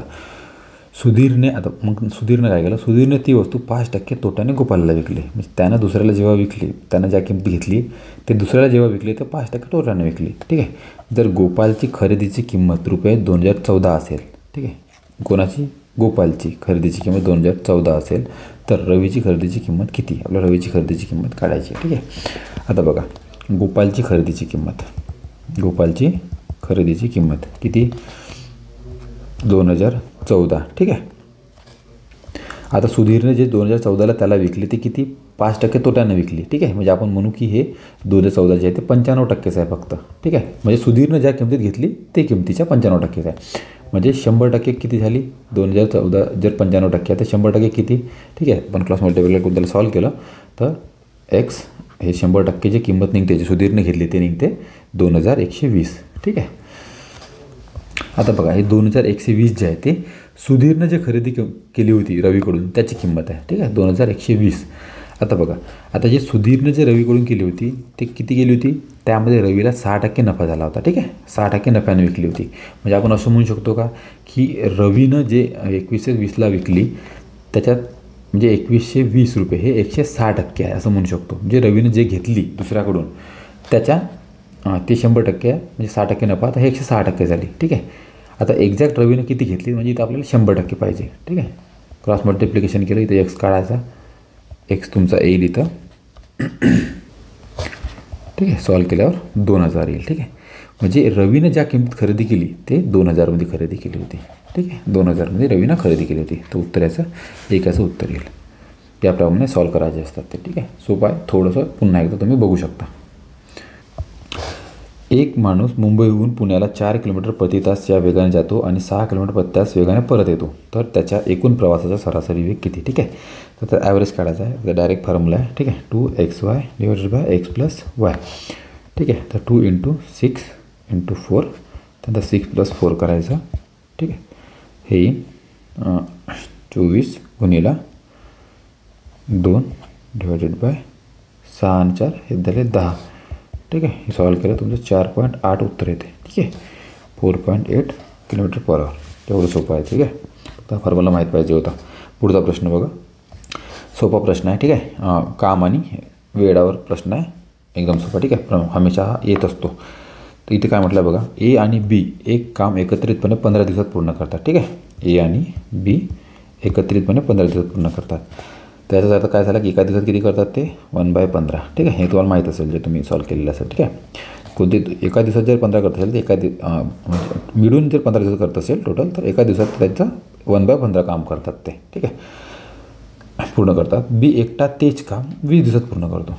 किती? 20 दिवसात पूर्ण करतो बी.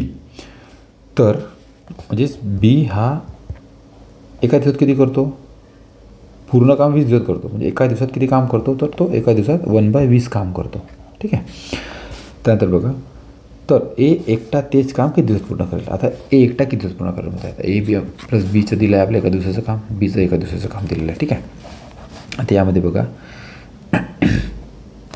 ए प्लस बीच्या कामातून आपण बीचं काम जर मायनस केलं तर एचं काम निघेल एका दिवसाचं. ठीक आहे. म्हणजेच 1/15 मायनस 1/20 जर 1/20 केलं तर एचं एका दिवसाचं काम निघतं. इथं तुम्ही सॉल्व केल्यानंतर 1/60. ठीक आहे. सॉल्व करता येत असेल इथं 15 इथं गुणीला 3 करायचं, इथं गुणीला 2 करायचं म्हणजे 3 करायचं, इथं गुणीला 4 करायचं म्हणजे खाली कॉमन 60 आणायचे. ठीक आहे. तुम्हाला माहीत असेल 1/60 निघतं. हे एका दिवसाचं काम. ठीक आहे. एचं एका दिवसाचं काम 1/60 म्हणजेच ए हा 60 दिवसात पूर्ण एक ते काम पूर्ण करतो 60 दिवसात. ठीक आहे. उत्तर 60 येतं. ठीक आहे.